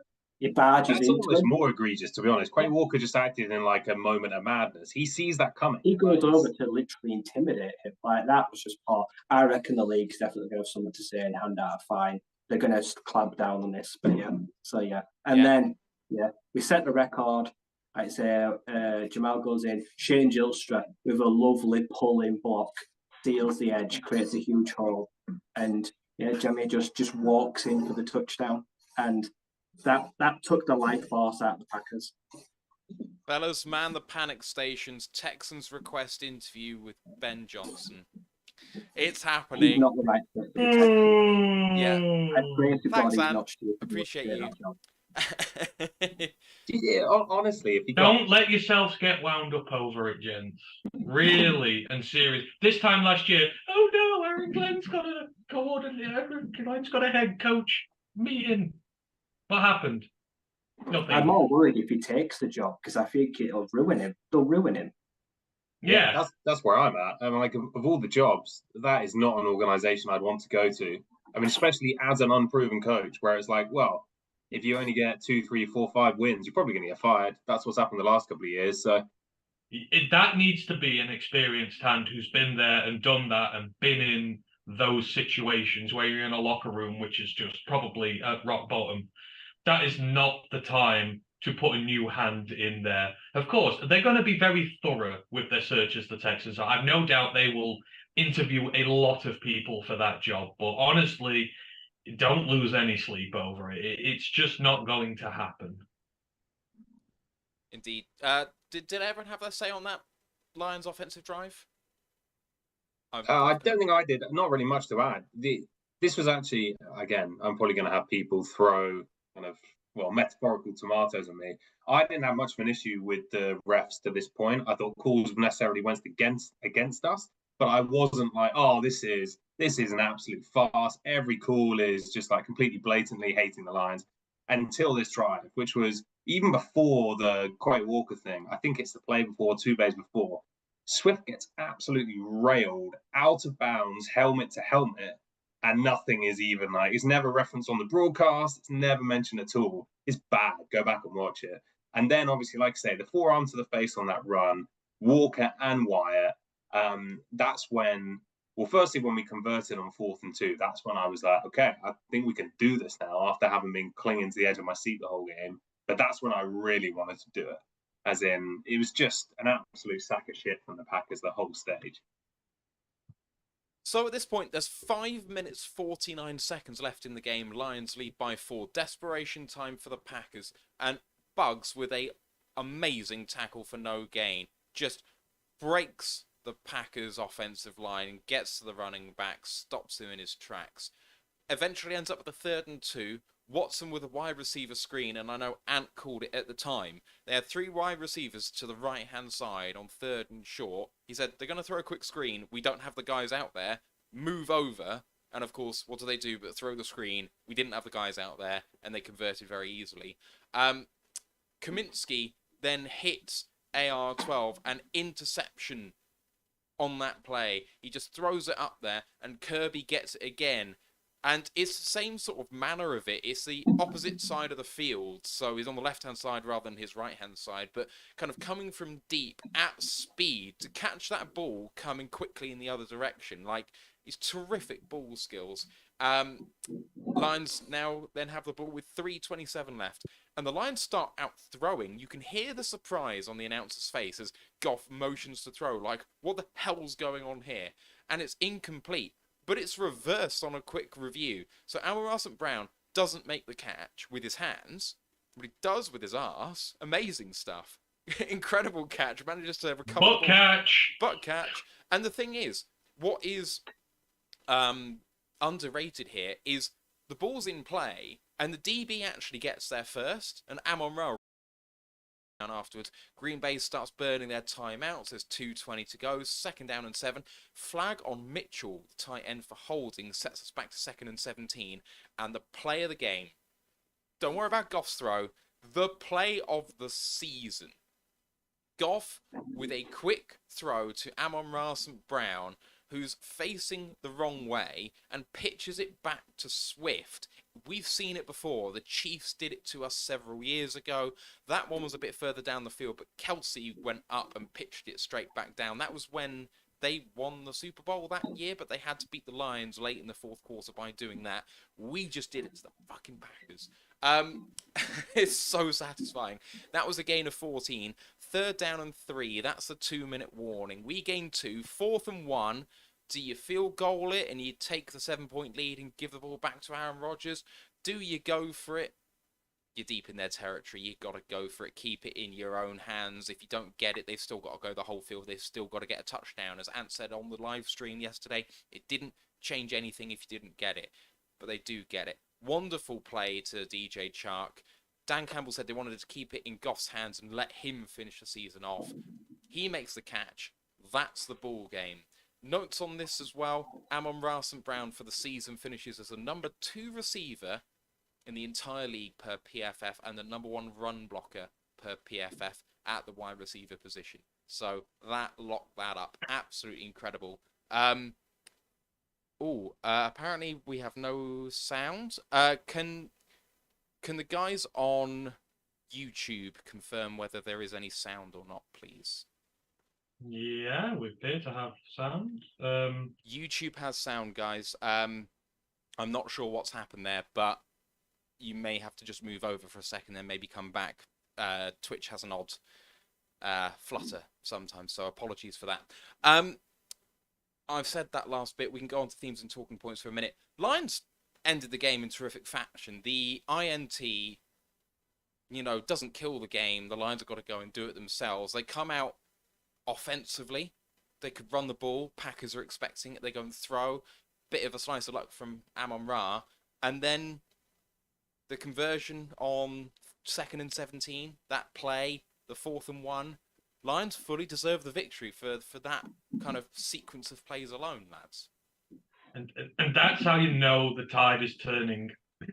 In previous seasons, we'd have probably messed up that last drive. We'd have given Aaron Rodgers a chance to come back into that game, and we didn't. Yes, we had a little bit of luck, but this is where the play calling really came into its own. It was, really ingenious. It was creative. The Packers defense didn't really have an answer for any of it, and it bled the clock down perfectly. Now, obviously, you're worried it gets to the 3rd and 17, and then the ultimate play call comes out. It was, that was a stroke of genius, that was. And you have to give props to Amon-Ra for being able to execute it properly, because he gets hit before he pitches that ball. It would have been very easy for that ball to come out and go in any which direction and for us to turn it over. But to be able to execute that perfectly, Penei Sewell was amazing. He makes his block on the line, and then he gets out, makes a secondary block where he straight up murders the linebacker to give him an extra 5 or 6 yards on that play, which become critical in the end. And then you got your 4th down, and again, this is where in previous years we might have been scared of Aaron Rodgers and the Packers. We might have just taken the points in regards to this. We didn't here. We said, you know what? We are not going to give Aaron Rodgers a chance. We are not scared of you. If we turn it over, we'll hold you back. We're going to go for it all. And it was just a really good play. You put it in. no time for him, kneel it out. It's just such a different mentality from the teams we've seen in yesteryears. They were not scared of the Packers. We've been scared in recent years, but now I think this team, it's beaten them twice. It has belief in its ability to come out and win these games. And that's why the Sunday night football aspect of this was so big for this team. You've got to put them on these big stages and see if the players can handle the pressure. And every single one of them showed that they could. The coaches and the coordinators showed that they could. Ben Johnson came up big when he needed to. Aaron Glenn came up big when he needed to. Dan Campbell got the decisions right. Another fourth down call, which was, I fully agreed with. Like I said, if you don't get that fourth down, they've got no timeouts left. They are well in their own half. The odds of them driving 4 points down because they needed a touchdown. Dan Campbell's, if you're in field goal, maybe you take it. But because we're 4 points up, Dan Campbell's smart enough to know they've got to drive the entire field and you go for the fourth down, win it all. And we did. I was just really proud of the team during those last few drives. Just when all the pressure was on them, they delivered by clean execution, hard play. That's exactly what you want to see from them. And all the bumps and bruises that Campbell took along the way too, for bad calls, which he admitted himself, it's almost become self-fulfilling to some extent, which is the Lions are going to go for it. As long as the odds are roughly in our favour and we feel like it's a momentum changer, we're going to go for it on 4th and 1 and 4th and 2. And we're going to call plays on 3rd down, knowing that we're going for it on 4th down. What that does is it then breeds confidence in the team that we're going to go do this. There's clearly confidence in the coaching staff and the players. And all of this just means when it came, I think you're completely right on that last 4th down. I don't think it really was a decision. I think it was blatant. They had to do it, which is great. But I also was not nervous in any way, shape or form. I felt 100% confident, probably not, but very confident we were going to convert. And like you say, the stones to put out a hook and ladder, 2nd and 17 with, it's not like your season's on the line, but someone else's is. And then to go and obviously convert on 4th, I thought it was awesome. Build Ben Johnson a statue, but only a small one, right? We don't want to show him off too much. So, talking points from the game, and a kind of a high-level take, I guess, on why the Lions won the game that I didn't really highlight before, and it's just this.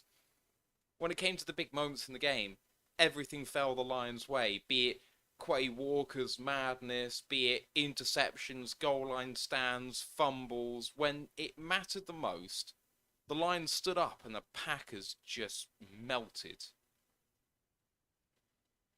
That's all there is to it. No, agreed. And Dan Campbell's always, you've always preached discipline with teams. Disciplined teams can make up or a lack of talent against other sides, potentially. And in this situation, I know we gave a few up, but I mean, Houston jump into Aaron Rodgers' calls. He ain't the first. He ain't going to be the last. He's a young guy who's going to learn from that experience. A lot of the others, Kaminsky, it's just unfortunate he gets his hands on there. It's not stupidity. It's just kind of a little bit of an error. They're not egregious penalties that were given away apart from Amani and Nelson, but the hell with them. For the rest of it, when it really mattered, like you say, there were no holding penalties when we were at the 1 yard line and Jamal was going in. There was no PI penalties, nothing that would extend Packers drives when we kept them to field goals. And I feel like that's really been worked on a lot this year, just that aspect of it. And then when it comes to your plays, we've been talked about technique and everything, and your execution of plays not being good. It was perfect in this one. Literally, pretty much everything we did that was good in this game was just down to perfect execution, perfect play calling.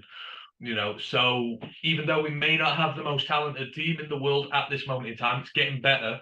If you add in good coaching, good discipline, all those things, you all of a sudden become a very dangerous football team. And the main thing they've got is the mentality up here. That grit, that ability to outwork, outfight. You have all these sound bites from Campbell that he's used. We're going to be harder, stronger, faster. We're going to, tread on the top of your own water until we bury you, stuff like that. You kind of saw all these little things happen in this one. We were just stronger than them mentally and physically, and that was why we won this game, because they just couldn't hang with that. And the clip that's been used a lot over the last week or two about the 2022 Detroit Lions will be the team that can and will. I think even in my 10-ish years of fandom of the Lions, there have been quite a few teams that can, but not necessarily any or many that will. And I think today or last night really showed what this team has become. There's a bunch of times last night that we could have rolled over.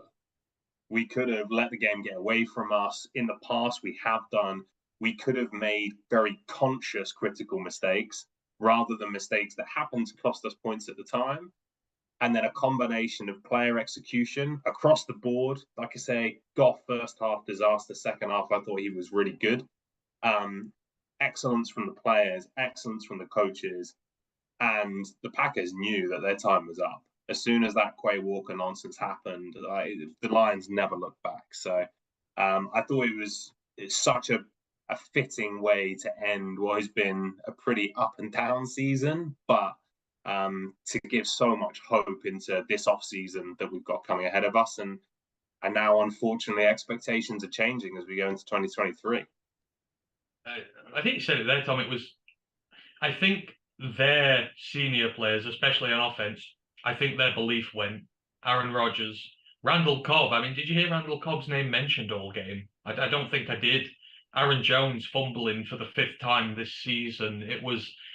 You were kind of expecting a lot more from them, especially the way they'd ran them out off all week. But that's the danger when you start cashing all those writing all those checks with your mouth, and you can't come on the pitch and do it. Then you look very stupid. And it just felt like the Packers senior players I think they know it's over. They've had the Super Bowl window. They've put a lot of resources into it. They signed Aaron Rodgers up for a ridiculously large amount of money. And I think they realize we're regressing now, and there's not really anything we can do in the short term to stem that flow. I think they realize they're going to be in for a tough time going in the future. Little wee woo here, but the majority of the practice squad have been signed to a reserve futures deals. So that is Maurice Alexander, Stanley Berryhill, Obina Eze, Brady Breeze, Khalil Dorsey, Jermar Jefferson, Tom Kennedy, Darren Paolo, Demetrius Taylor, and Jaron Williams, all signed over the summer on reserve future deals. It means basically that when they come back out of the off-season, they have a 1-year minimum deal, and they're on the outside looking in when it comes to actually getting on the main roster, and there's no guaranteed money, but they effectively can train and have insurance if they're in the practice facility for the Lions. That's the kind of thing we've got their rights at the moment. So good news for some of those guys, especially some we have some high hopes for in Demetrius Taylor and Obina Eze. I think probably the 2 biggest on there. Lions, the O-line did a great job against the Green Bay pass rusher. They may not apparently care too much about defending the run, although they actually did a reasonable job of that. But, Preston Smith and all these other guys coming in, they did have 1 sack, but more often than not, they kept Goff upright for pretty much the whole game, bar one play, and did a great job for Williams all the way through the game. It was a terrific job. It was, said earlier that it was won in the trenches, and that was absolutely true. We've already talked about the fact that the Lions bend but didn't break actually worked today. The other thing, Ant mentioned it earlier, but the coverage on special teams was exemplary. In a game where Jack Fox couldn't hit a touchback to save his life, it must be the weather in Green Bay. It must just be cold and can't get the distance. But Nixon, he led the NFL in return yards up until the Bills game. I don't know whether that changed after the Bills game with those 2 return touchdowns, but he only got 20 yards on average per kick return and 9.5 yards on average per punt return, which is just exemplary stuff. Lions executing in all 3 phases. Fellas, I think it's time to go 2 up, 2 down. I don't know if you've been thinking about it, if you've got anyone in mind that you'd like to throw some props to. I'll start with the downs first because I want to be positive today, but there's got to be a Brown down here. Unfortunately, you said the O-line was good, but in the first half it was poor, really poor when it came to the run game. They were getting overwhelmed too often. They weren't creating gaps to run into. They looked like they were getting overpowered to start off with. They did better as the day went on, but Evan Brown was incredibly poor. the amount of times he got. I mean, Kenny Clark had his way with him, and he's not a right guard. He is a great backup center. He is a starting caliber center we've seen for this team. A guard he is not. And now this creates a big problem for this offseason because you have to make a decision on how. I mean, personally, just in terms of familiarity on the line and the way it runs, I want Hal back here because I want that right guard spot plugged up. And I know that he is by far the best option we have here. And I really want to see him back. But Evans' inability to take that spot, I think for me, has created an issue where we might need to draft one now. If we're going to save the money on Hal, you've got to go out and draft a guy, and you've got to go higher to draft one because most of these guards at the top end of the market for the draft are all left guards. Only Osiris Torrance out of all the big guys is a right guard. So, I mean, you can switch a guy over, but there's all the thing about your footwork, or muscle memory, stuff like that. It's not so easy. So he gets it down, and I don't want to do that. He's good O-line depth, but he ain't a starting guard. Other down would be Amani. I'm sorry. His career here has ended with such a whimper. He's not even tried. I don't know why.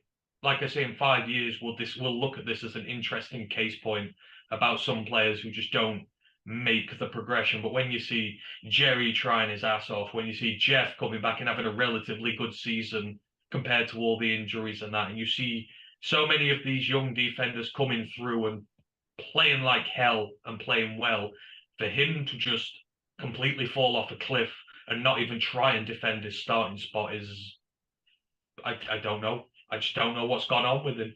So they will be the two downs there. The ups, Kamish is an up. Kamish is an up for the season. I don't know what the Falcons were doing with him, why he was on their practice squad, why he was allowed to be poached. But again, another example of a guy who we've brought in who would someone say is an outcast. He's not found his home.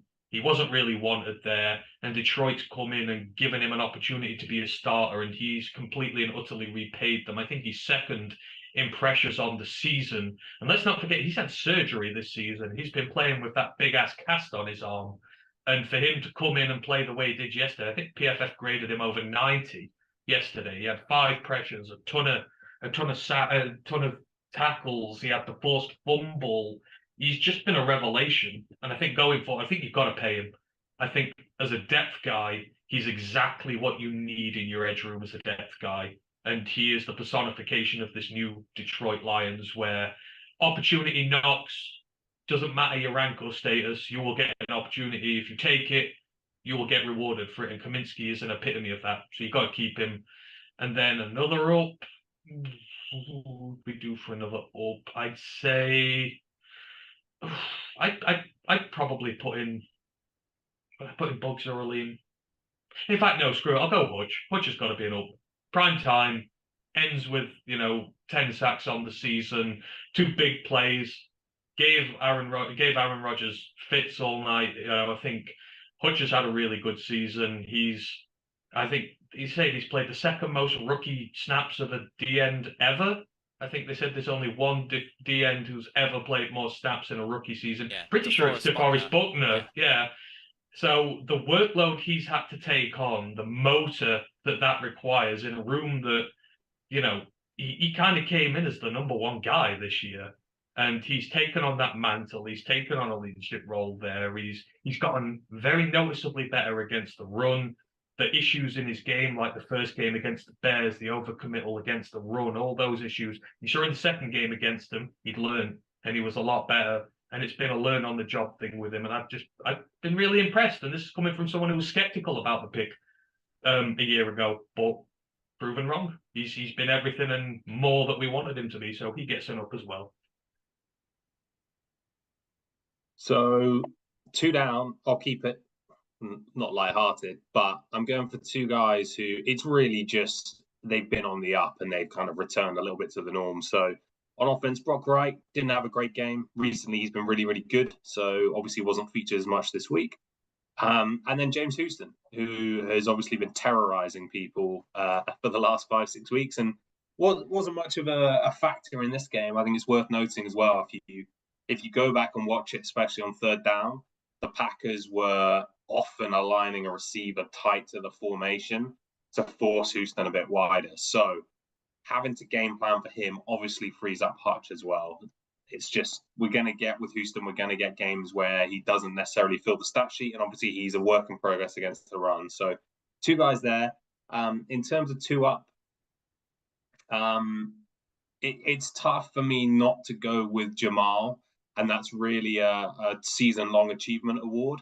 It's not that he was way above expectations in this game, but just such a good story. Obviously, to wrap it up with everything that happened with his family in the last couple of weeks, and then just to see the outpouring of emotion afterwards, it was just, again, the life and soul of this team. And then the final one, it really plays on the names that you mentioned then, Ant, and it's a little bit of a curveball, but Todd Wash. Earlier in the season, the D-line for me was a disgrace. It's too strong a word, but it was really disappointing. And there were other times during the season where it just didn't get going. To see the development in Hutch, to see the development in Houston, who they obviously didn't rush along, but when he was ready, they got him in the mix. Pascal coming in the mix, Bugs taking such a step forward in this last 4 to 6 weeks versus the first half of the season, and McNeil really starting to step up as well. It's hard for me to look at the change in performances, especially on defense. It's a lot of that is coming from the front seven. I don't think the DBs have been better. They may have even been worse the second half of the season. That D-line has taken such a step forward, and I think we'd be remiss not to call out Todd Wash because he's definitely caught a few strays along the way. Incredible job. Yeah, I have to second that, because I was one of the big critics back then. So I think that's an excellent suggestion, Tom. That is, I think it has been underrated how he's doing. Like you say, it's all along the line. The interior guys, the edge guys, all seem to have stepped up. So yeah, I said he was probably the most critical coach for us this season in terms of him needing to show his worth here, and I think that has been proven. I think he was critical because we knew Hank Fraley could do it. Could the guy on the opposite side do it? And he has. So well done, Todd Walsh. You have cut strays from me, but you have proven me completely wrong. So well done. If you guys in the chat have got any thoughts about who you want to give props to in this game, let us know in the chat. For myself, first one I'm going to throw out is to someone I've thrown the gauntlet down to for letting us down for a lot of the year. He's had some really bad games all the way down the stretch, and it's not the guy you think it's going to be. It's not going to be that guy. He had one good game to start the year, and he's had two excellent games to finish. DeAndre Swift. DeAndre Swift, apart from one insane play where he tried to bounce outside, was fantastic in this game. He's been a non-factor in the passing game for most of the season, going 7 for 7 in this game and having 3 catches on one drive, and then that one on the pitch play late to basically put us in position to kill the game. I thought he was absolutely terrific. The other guy I want to give props to today is Isaiah Bugs. You guys are saying it, but Bugs and Jones really deserve props for this. They both came in unheralded, off the scrap heap. God knows what their future is going to be in the NFL. They get here, become godlike by the end. I mean, that Packers offensive line has had its struggles this season, but still came into the season as one of the most feared in the league. Even though they aren't the highest draft picks out there, Green Bay are excellent at developing talent at that position. And our interior defensive lineman, at some time in this game, made them look outright bad, and he was a big part of it. A couple of guys down. One is my guy, Romeo Okwara. Came back from injury, got a couple of sacks. Last couple of games, non-factor. Part of that, I think, is James Houston just taking his reps, but he had 12 snaps yesterday. I didn't notice him, and I fear for his future. I really do here. The other guy I will go for is Matt Nelson. He's got to go. He's got to go. I don't want him here. Just in key moments when you're the 6th lineman, you can't give up penalties the only time you're on the field. You can't do it. It's the Amani Oruwariye curse. You can't do it. So I hate to end on the downers. I should have started with the downers, then go for the up. But there we go. It's the way it Well, happens. we can always end on a happy note, and we're talking about people who've caught a lot of strays on here and did really well. I feel remiss to mention that the performance of our long snapper yesterday was completely flawless. The kick was the missed kick was not on him. His snapping in cold weather conditions, in critical situations, the technique was excellent, and I think that we have to give props to Scott Daly, the long snapper. So we can end on a happy note for everybody, because that kid's taken more shots than just about anybody else on here. And if you want to add your good words in as well, Matt, that would make it all the more heartfelt. I knew you were going there as soon as you cracked a smile when I went for my one up, because I thought that you thought I was going there. He did have a good game. I will say no more. Well done, Scott. Fellas, any closing thoughts on a terrific end to this 2022 season? Wasn't it nice to have a primetime game, and wasn't it nice for the Lions to really show up in it? It's actually probably a bad thing for British fans, because I don't think we're going to get away with having 0 primetime games next year. And obviously for those listening overseas, that's 1 a.m. starts here. So not great from that perspective, not great for people who are obviously working on the beat as well. But I think we can get ready to see the Lions in primetime a little bit more next year. Yeah, isn't it? Isn't it nice to end with a smile on your face rather than looking for the nearest thing to want to punch and, wishing ill on referees? It was, I think that yesterday was like a nice little bow cap on the season. At 1-6, I don't think any of us expected that we would end this way. I think if you'd have offered us that at 1-6, we'd have asked you, what your Kool-Aid's been spiked with. But, you couldn't have asked for it any better. After that, the way they have rebounded, the mentality that they've shown, the grit and determination that they've shown, it's everything that they preached last summer. And we've always sort of lamented the fact that Lions have talked big over the years and never delivered. And it looked like it was going the same way again. But for them to turn it round and really deliver on everything they promised is very good going forward. And let's not forget, this is 2 years removed from when Matt Patricia nearly destroyed this franchise. We've had to overhaul the entire roster, pretty much apart from the offensive line, really. And to be 2 years in and to be almost disappointed on missing out on a wildcard spot. If you'd have said that 2 years ago, we'd have been like, nah, you're expecting too much there. It's in too much of a hurry. But here we are. We're looking towards year 3, where when you look at the other 3 teams in this conference, there is no reason we can't challenge for a conference title next year. Or a division title, sorry. Absolutely no reason you can't. And if you can nail this third off-season, which I have every indication that Brad Holmes will, have every faith in him, then I think we're going to have a very exciting year next year. So this is really positive going forward. Just the steps taken this year, I don't think we could have really asked for any more. There's nothing I could think of more that I want to have seen this year. Right. I think that's going to do it for us for our review shows for the 2022 NFL season. And that is it for our Thursday shows as well. No previews to do. We are dropping down on the main show to 1 show a week. So just Mondays from now on. College show will continue for it. It may take a hiatus here or there, but down the stretch it's going to be really important for us for our draft coverage. So still twice a week for the whole thing, but once on the main show, once on the college show. And we've got some really good content coming up for you in the lead up to the draft. It starts next week, Monday 16th January, and that is the Lions season review and award nominations. The award nominations are going to be made, and then the Roar of the Lions 3rd annual award show is going to be happening a week after that, 23rd of January. One of my favourite nights of the year, giving props to the best in Lions players, coaches, executives. There are listener awards as well. I need to get to work making the polls and getting things out there in terms of getting people nominated to start with, and then the fan vote itself giving those awards away. So you've got that to look forward to in the next 2 weeks. There's going to be a look back at... Sorry, and it's actually going to be tough this year. Yeah. You remember So- the first year we did it was kind of like paying lip service to a few other people. This year, I mean, most improved player, most valuable. Who the hell do you pick? It's genuine. I think we're going to struggle to decide winners this year.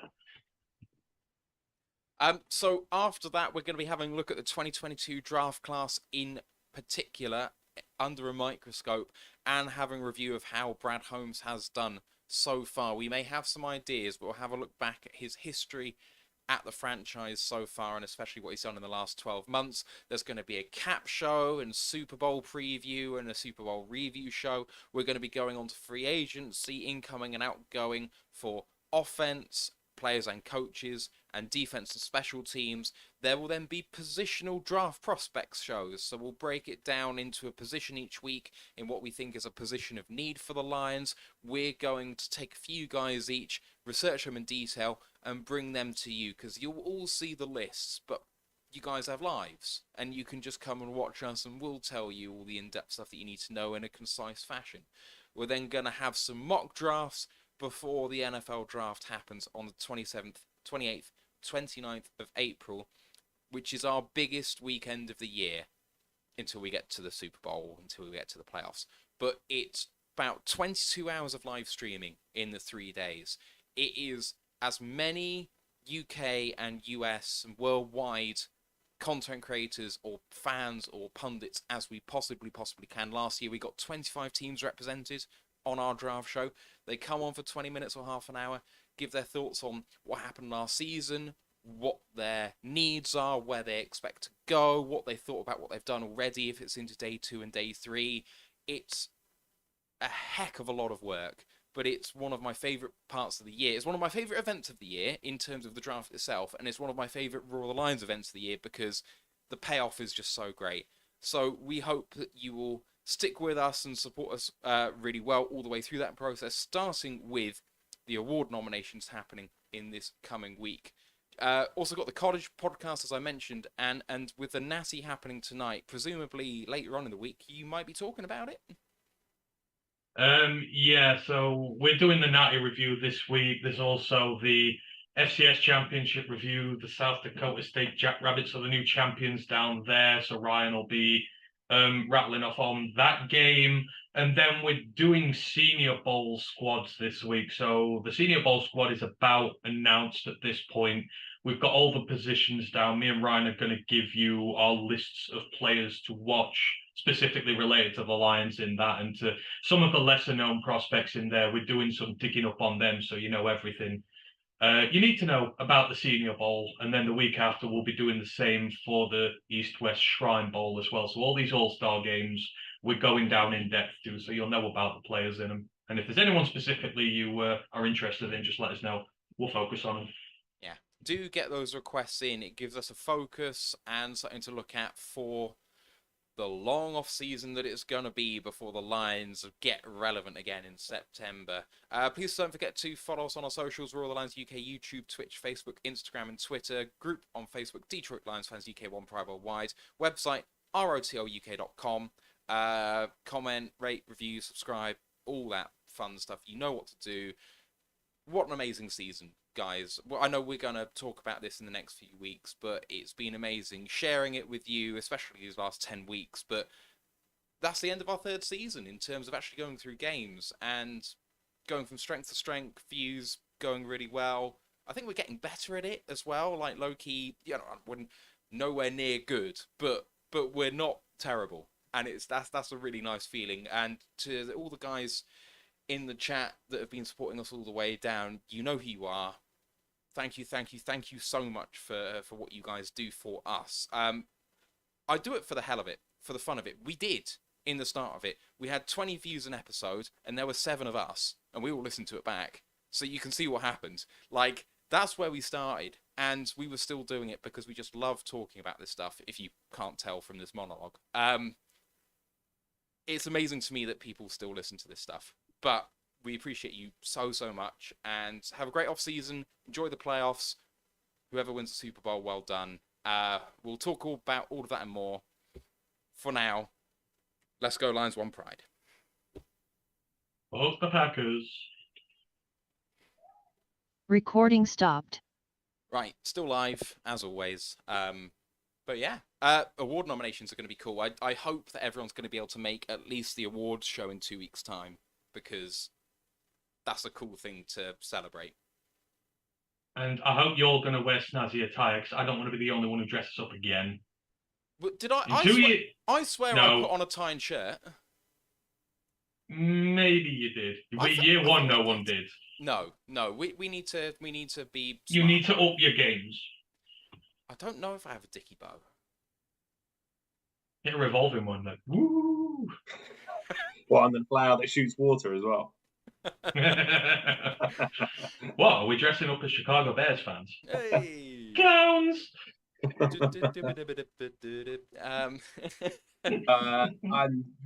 got to drop, but I am so excited to argue about draft prospects over the next few months. That's one of my favorite times of the year. I know. You know, it's all over. I love it. I'm starting to pick my favorites now, so yeah, we're getting there. I started digging into some Brian Branch yesterday, and I was like, this guy. Woo! I don't have a safety this year. That's not like me. I have my favorite safety, and I just don't have one. So that's all in good time. It's weird. Tom, I know that you're super busy always, but I think on weekends we're going to try and find spots to do player reviews live. So yeah, I'm keen for that. I was even thinking about if there's a way we can create some short form video content on a couple guys as well. So I've been running that idea in my head and how we can do something, but we'll find a way. We'll be keen. Awesome. All right. Well, we'll see you sometime soon, I hope. Soon. Yeah. All right. Cheers, guys. Ash says Ant is lying. You've got JL Skinner.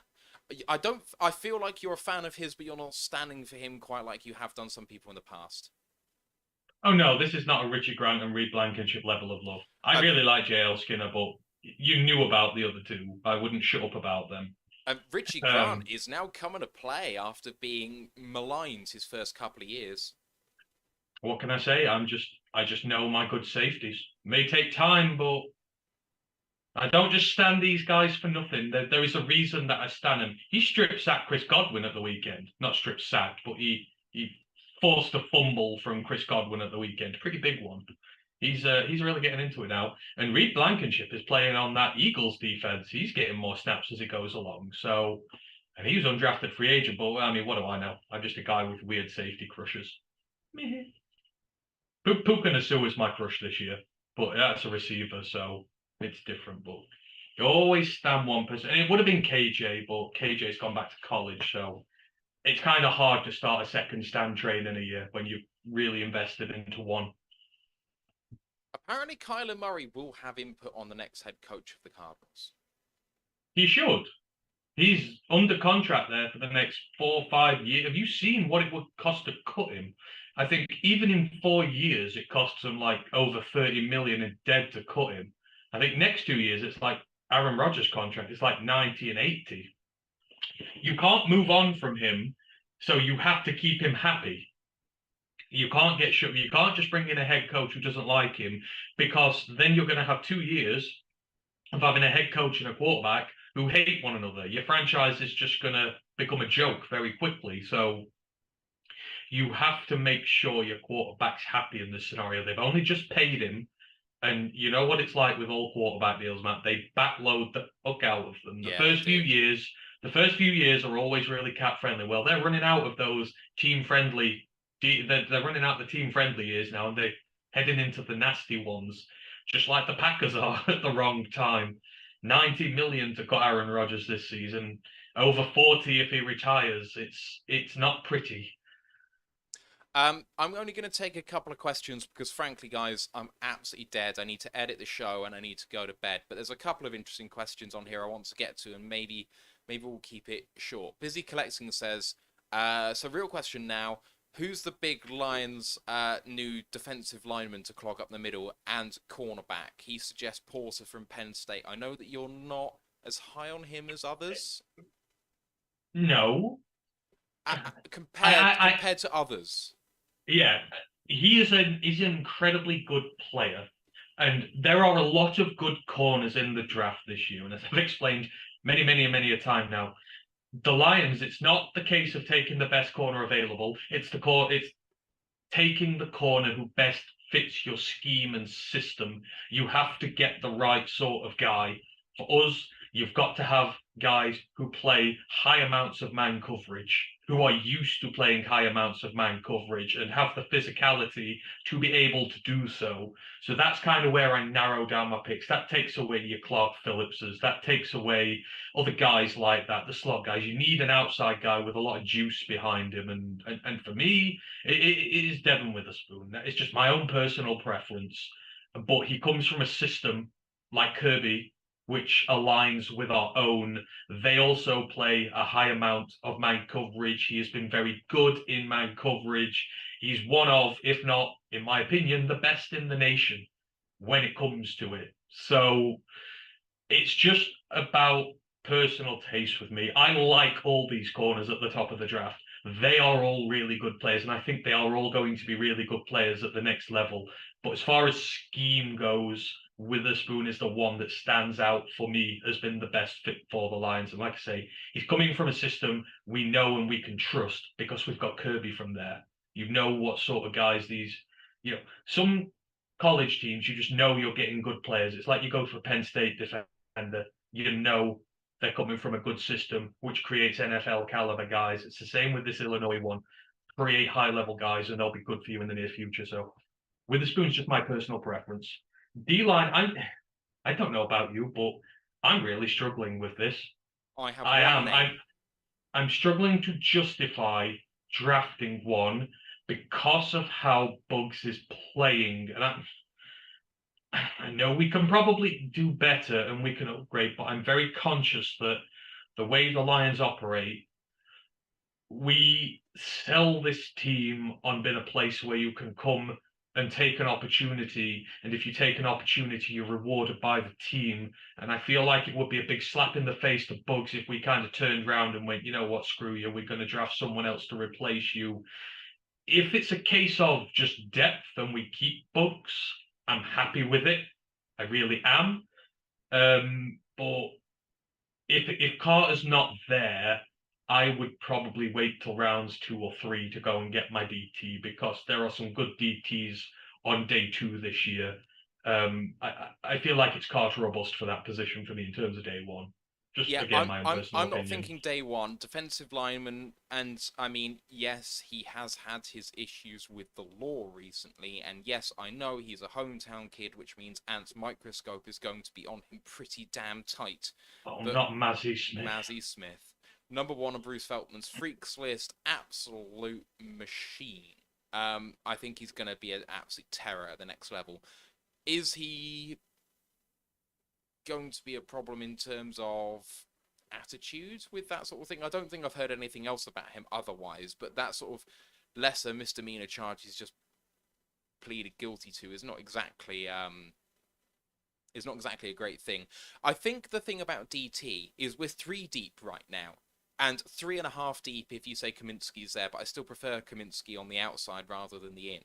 So I got Aleem, Bugs, and Benito Jones.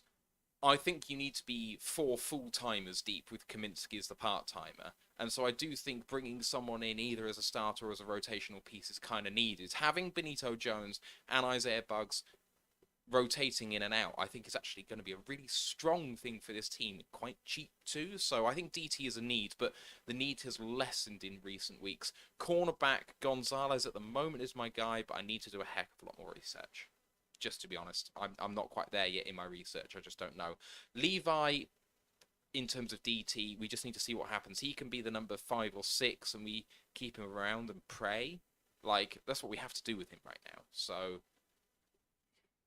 yeah, that's the conundrum.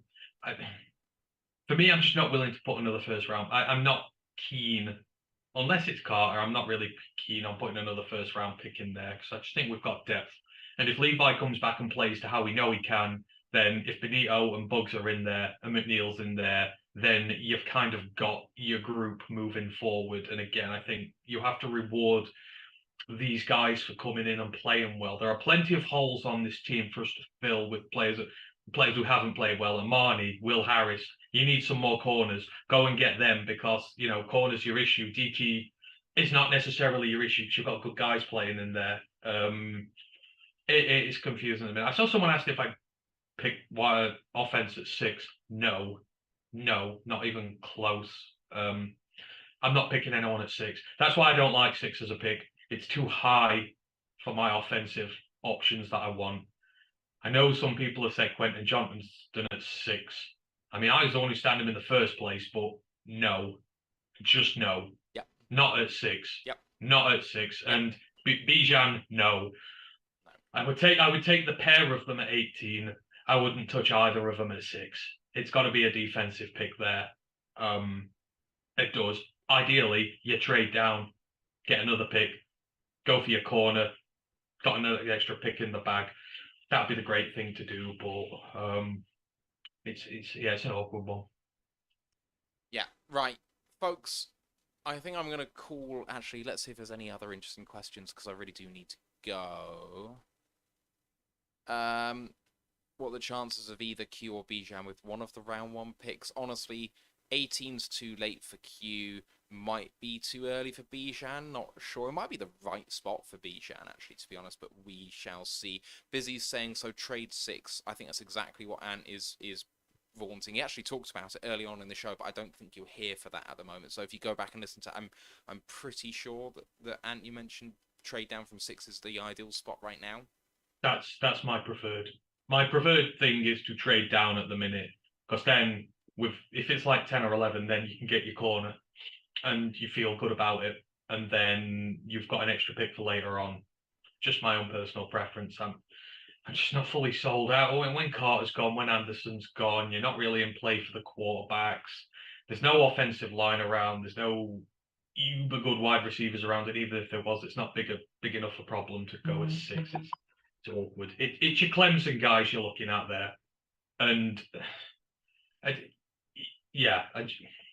it's my own personal preference. I think they'll fall in love with someone like Miles Murphy or Breesy. They both fit what you want. They both play, they can both play in multiple fronts on defensive lines. They have at Clemson. It's what Clemson do. Show different fronts. You can play on the edge. You can play a bit more on the interior.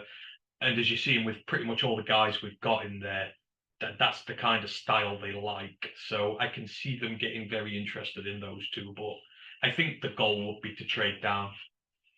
Yeah. Right, folks, that's going to do it for this one. Don't forget to check out the college football podcast later on in the week. Enjoy the national championship game tonight. Good luck to both teams. We'll see you for the award nominations and the season in review this time next week. Thanks for everything. We'll see you then. Bye for now. Au revoir.